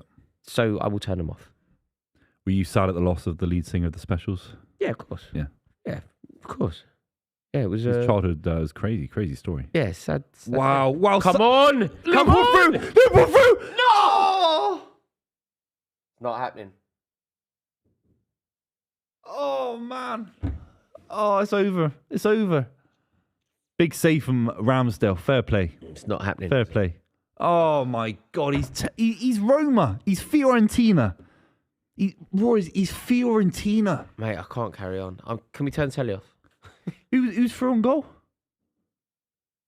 Is that Nunes? Yeah. Nunes couldn't hit a barn door. Nunes has to score there. Couldn't hit a Do you barn know what? door. I swear Nunes, the way the keeper comes out, couldn't he skip round him? Look, round him. Tuck it there like, on the left. Yeah, you're right. Such an easy save. Just tuck it round him. Look at his touch. Oh, Nunes. You know when you see Erling Haaland when he was through on goal? Do you remember the first game of the season against West Ham. First time round. He has got Skip none of round that the confidence. keeper. None of that confidence. Nunes. They've had two Salah with the chances. penalty. Nunes there. Come on. They're going to win a bloody league, man. Yeah, but does it come against Liverpool? Have to go for the win. They're at home. Some of these sides that Arsenal play are fighting for relegation. They can put 10 men behind the ball. You know, that's the only. I'll keep giving you narratives. Liverpool's a harder game, Booth. They win you're this. right, you're This is right. a great game to. I've just got to have Do you know? some Do you know sort of who narrative. you're now? Do you want to hear something amazing? Yeah. Do you know who you are now relying on to win you the league? Because they need to drop. You need them to drop something. Yeah. Do you know who you're relying on? Frank Lampard. Yeah. There's a few other tricky games in there, but you're right. Are in there? terms of They have Liverpool. So where are you?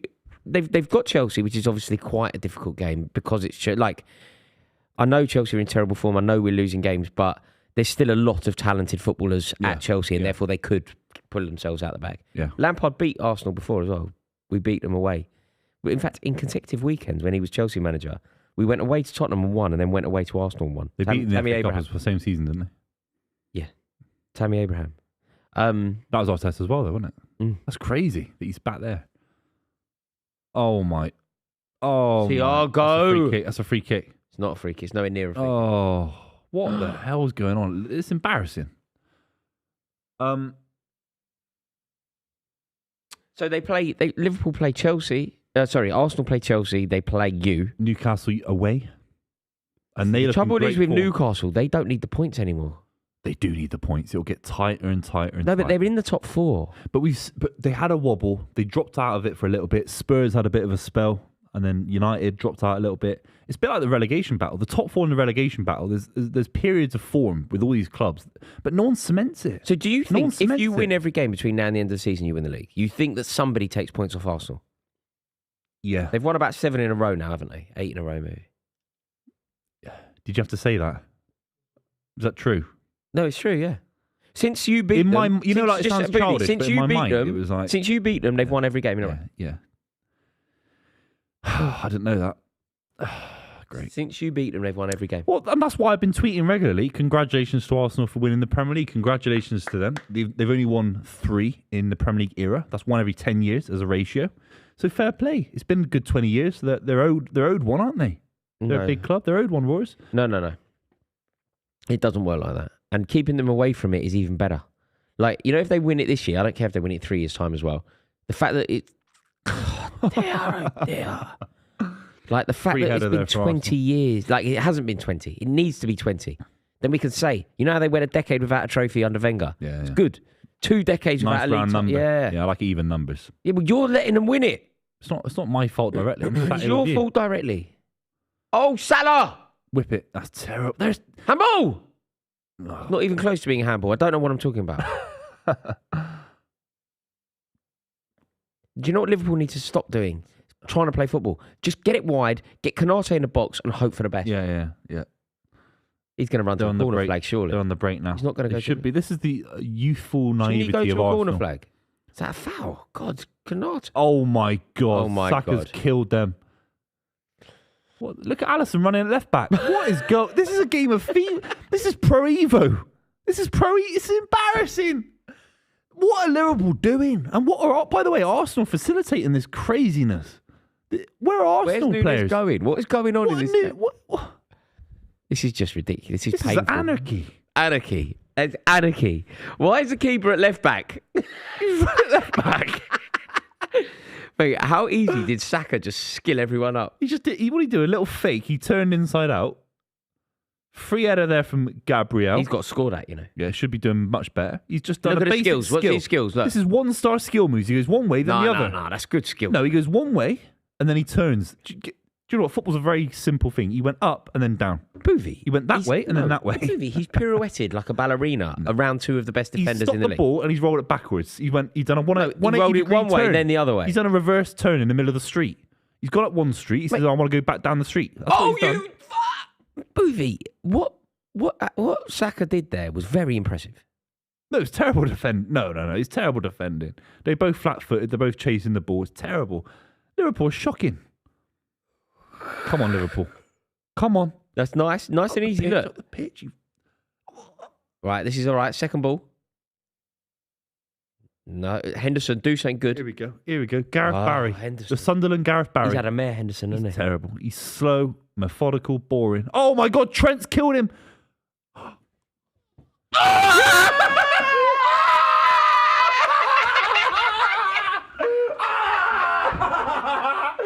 Yes!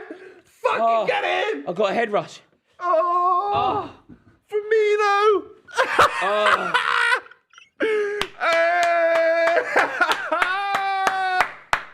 Oh, thank God for that. Oh, I love football. Thank I God love- for that. I love football.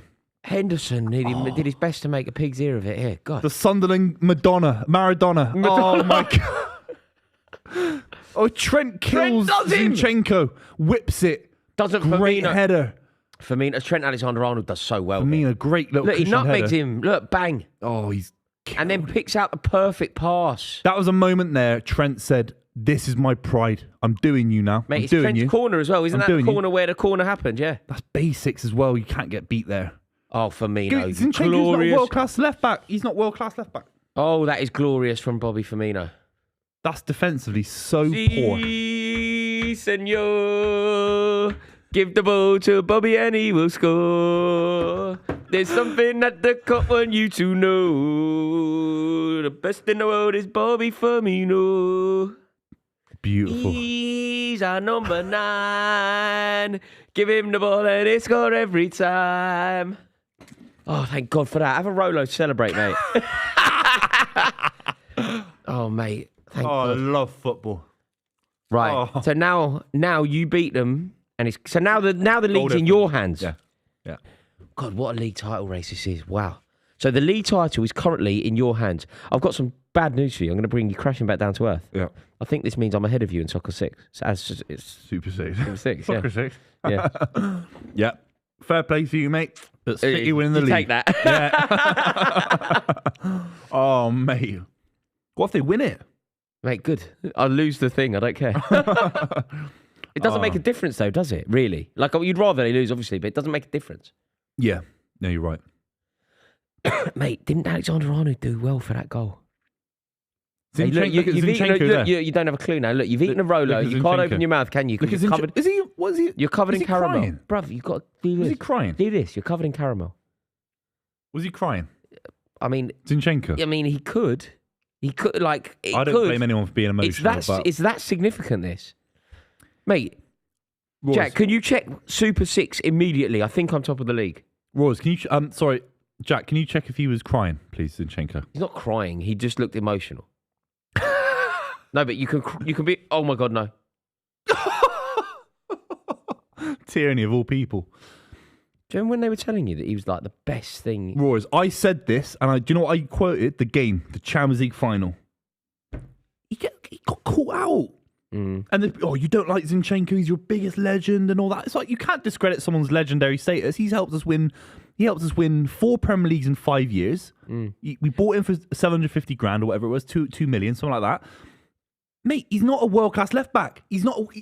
When he tucks into midfield, he tucks the ball nicely. He looks good on the ball. He's not Ashley Cole. Do you know? You need a world class left back. Not Ashley Cole. He's not Andy Robertson on his day. He's not. Do you know what else though?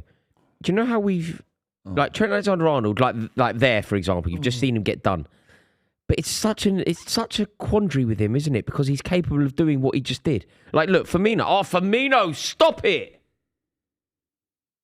Oh, stop it! No, he's lost it though. Lost it. He did well though. Dangerous. 2 minutes. But you see what Alexander-Arnold did? Like that is. That felt like a moment. I'm just going to gamble, and you got to have that from the first minute, of course. But it felt He's going to get done here though. he's Mate, useless, isn't he? I just don't know what to make. I don't know what to make of it.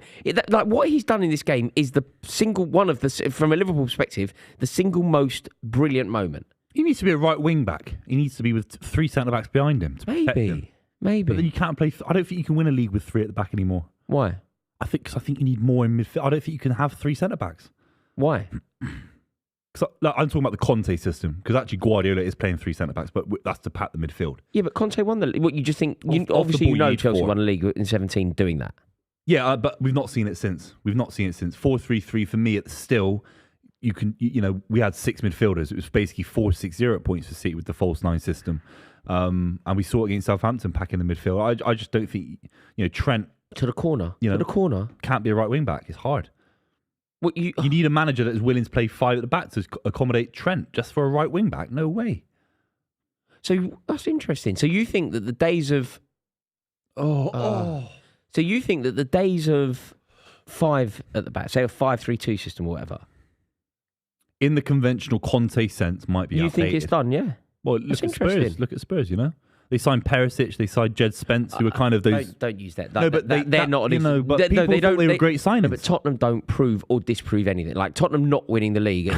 Like, come on, you can't do that. No, but that's mental. Well, Tottenham didn't win the league doing it. Yeah, Tottenham haven't won the league since Danny Blanchflower. Do you know what I mean? Like Danny Blanchflower. Yeah, but I think if there is an argument, the right philosophy with that Spurs squad, they could be doing a lot better, especially staying in Europe the way they lost in Europe. And I think 3 at the back protects the weakest parts of your side too much. I think modern football, look at Guardiola. At points, we've got 1 at the back. At points on the ball, we've got 1 centre back, and then everyone's pushed up. I don't think you can compare you to anyone else. Though. No, that's why I've talked about Liverpool, because they have competed with us. It's been us, Liverpool and City have been on the kind of the upper echelons of where football's been the last 5 years. Please let them just take the ball to the corner flag. Yeah, I know. That's what I'd be doing. Although it's a bit embarrassing at home, isn't it? They've got to go for the win at home. Scraping a draw. It's like when they celebrated a draw against West Brom. Do you remember that? Oh, Salah. Oh, yeah, what was that again? It was when they were on the pitch. They were on the pitch. Klopp's first season, he's trying to get he was trying to be the vibe higher. Do you know what I've never done before? Put headphones on the wrong way round. Really? You know, it actually makes a difference. Does it? I thought, that's Kane in my ear. What's wrong with it? It was on the wrong ear. Yeah, you got to have it. Yeah. Never realised. I didn't realise that they actually had like they tell you which ear they go on. The nanny state. As Alistair Campbell's doing. Oh my God, space! I love it. No, go to the corner flag. There's green pastures new. They score now and go mental. Oh, he's a spoon, isn't he? Oh. Do you know what's amazing there? As I thought he was going to score, I was like, that's brilliant. Oh my, Super 6. He's terrible. He's got to score that, On his He's weak got to foot. score that. He's just got to score on it. his right foot. No, but he gets there. Over. No, but he gets there, and you've got to be strong. Like, I don't really want to held hear. back. He doesn't. He gets there. He Shinned gets there, and he gets his foot on it. He shinned it, Roy. He made a mistake. He got it wrong. It's the biggest blag of the century. Who? Salah. He's gone, I'm on 150 grand a week. I'm going to score 32 goals in a single Premier League season. He has scored a lot of goals this season. Give me though. double. Yeah, he has, to be fair. But Salah should be saying, I'm scoring loads of goals and then big goals. Yeah. And he missed penalties now. Arsenal today. Big I can't penalty. believe he missed the penalty. Go on. today. Do something. He's a turnip. What's he doing, man? He's an idiot. Oh, lovely, Henderson. See the drop of the shoulder there? Love it. He's an idiot, man. Oh, love it, Thiago. Stop it. Go on. Stop it. Please. Oh, good save. Ramsdale, good save. That's a shame. Mate, that was going in. But hang on. Jack, get the league table. A point doesn't matter, does it? Like, in terms of the title race, a draw is a defeat. It means that it goes to goal difference if everyone keeps winning football matches, I think. No, but a draw is a defeat in terms of what you two are doing to each other. Yeah, they can't draw this game. No, that's what I'm saying. That's the point, yeah. It doesn't matter if they lose it. You've got the victory you need. No, but a loss means that we can, if they draw another game, for example, then we can afford to draw a game. Yeah. Oh. But you're looking at this through the lens of victory, right? This to you feels like a victory. Yeah, City yesterday, this today is victory. Yeah, we go and beat everyone else in the league now. Don't do it. Don't do anything. Oh my god. Oh my god. Did that go in? Oh my god, they're going to win it. Ref, they're going to break now. They're going to break. You're laughing. They're going to break. Oh my god. They're going to break. This is so. Get back! Look at through the middle. Keeper. Allison. Oh. He's gone left back again. He's gone left back. Roman left back. Allison, get back in goal. Mate, we've never seen that. We've never seen like a. Do you know Pep Guardiola will do that? He'll play like a fluid keeper. Yeah. Like a false nine, Edison. Yeah, false one. Oh, Jesus. This is crazy. This is the such weirdest a good game of football. 2-2. You got us bang on. That's right, mate. The Oracle, they call me. Rory the Oracle Jennings.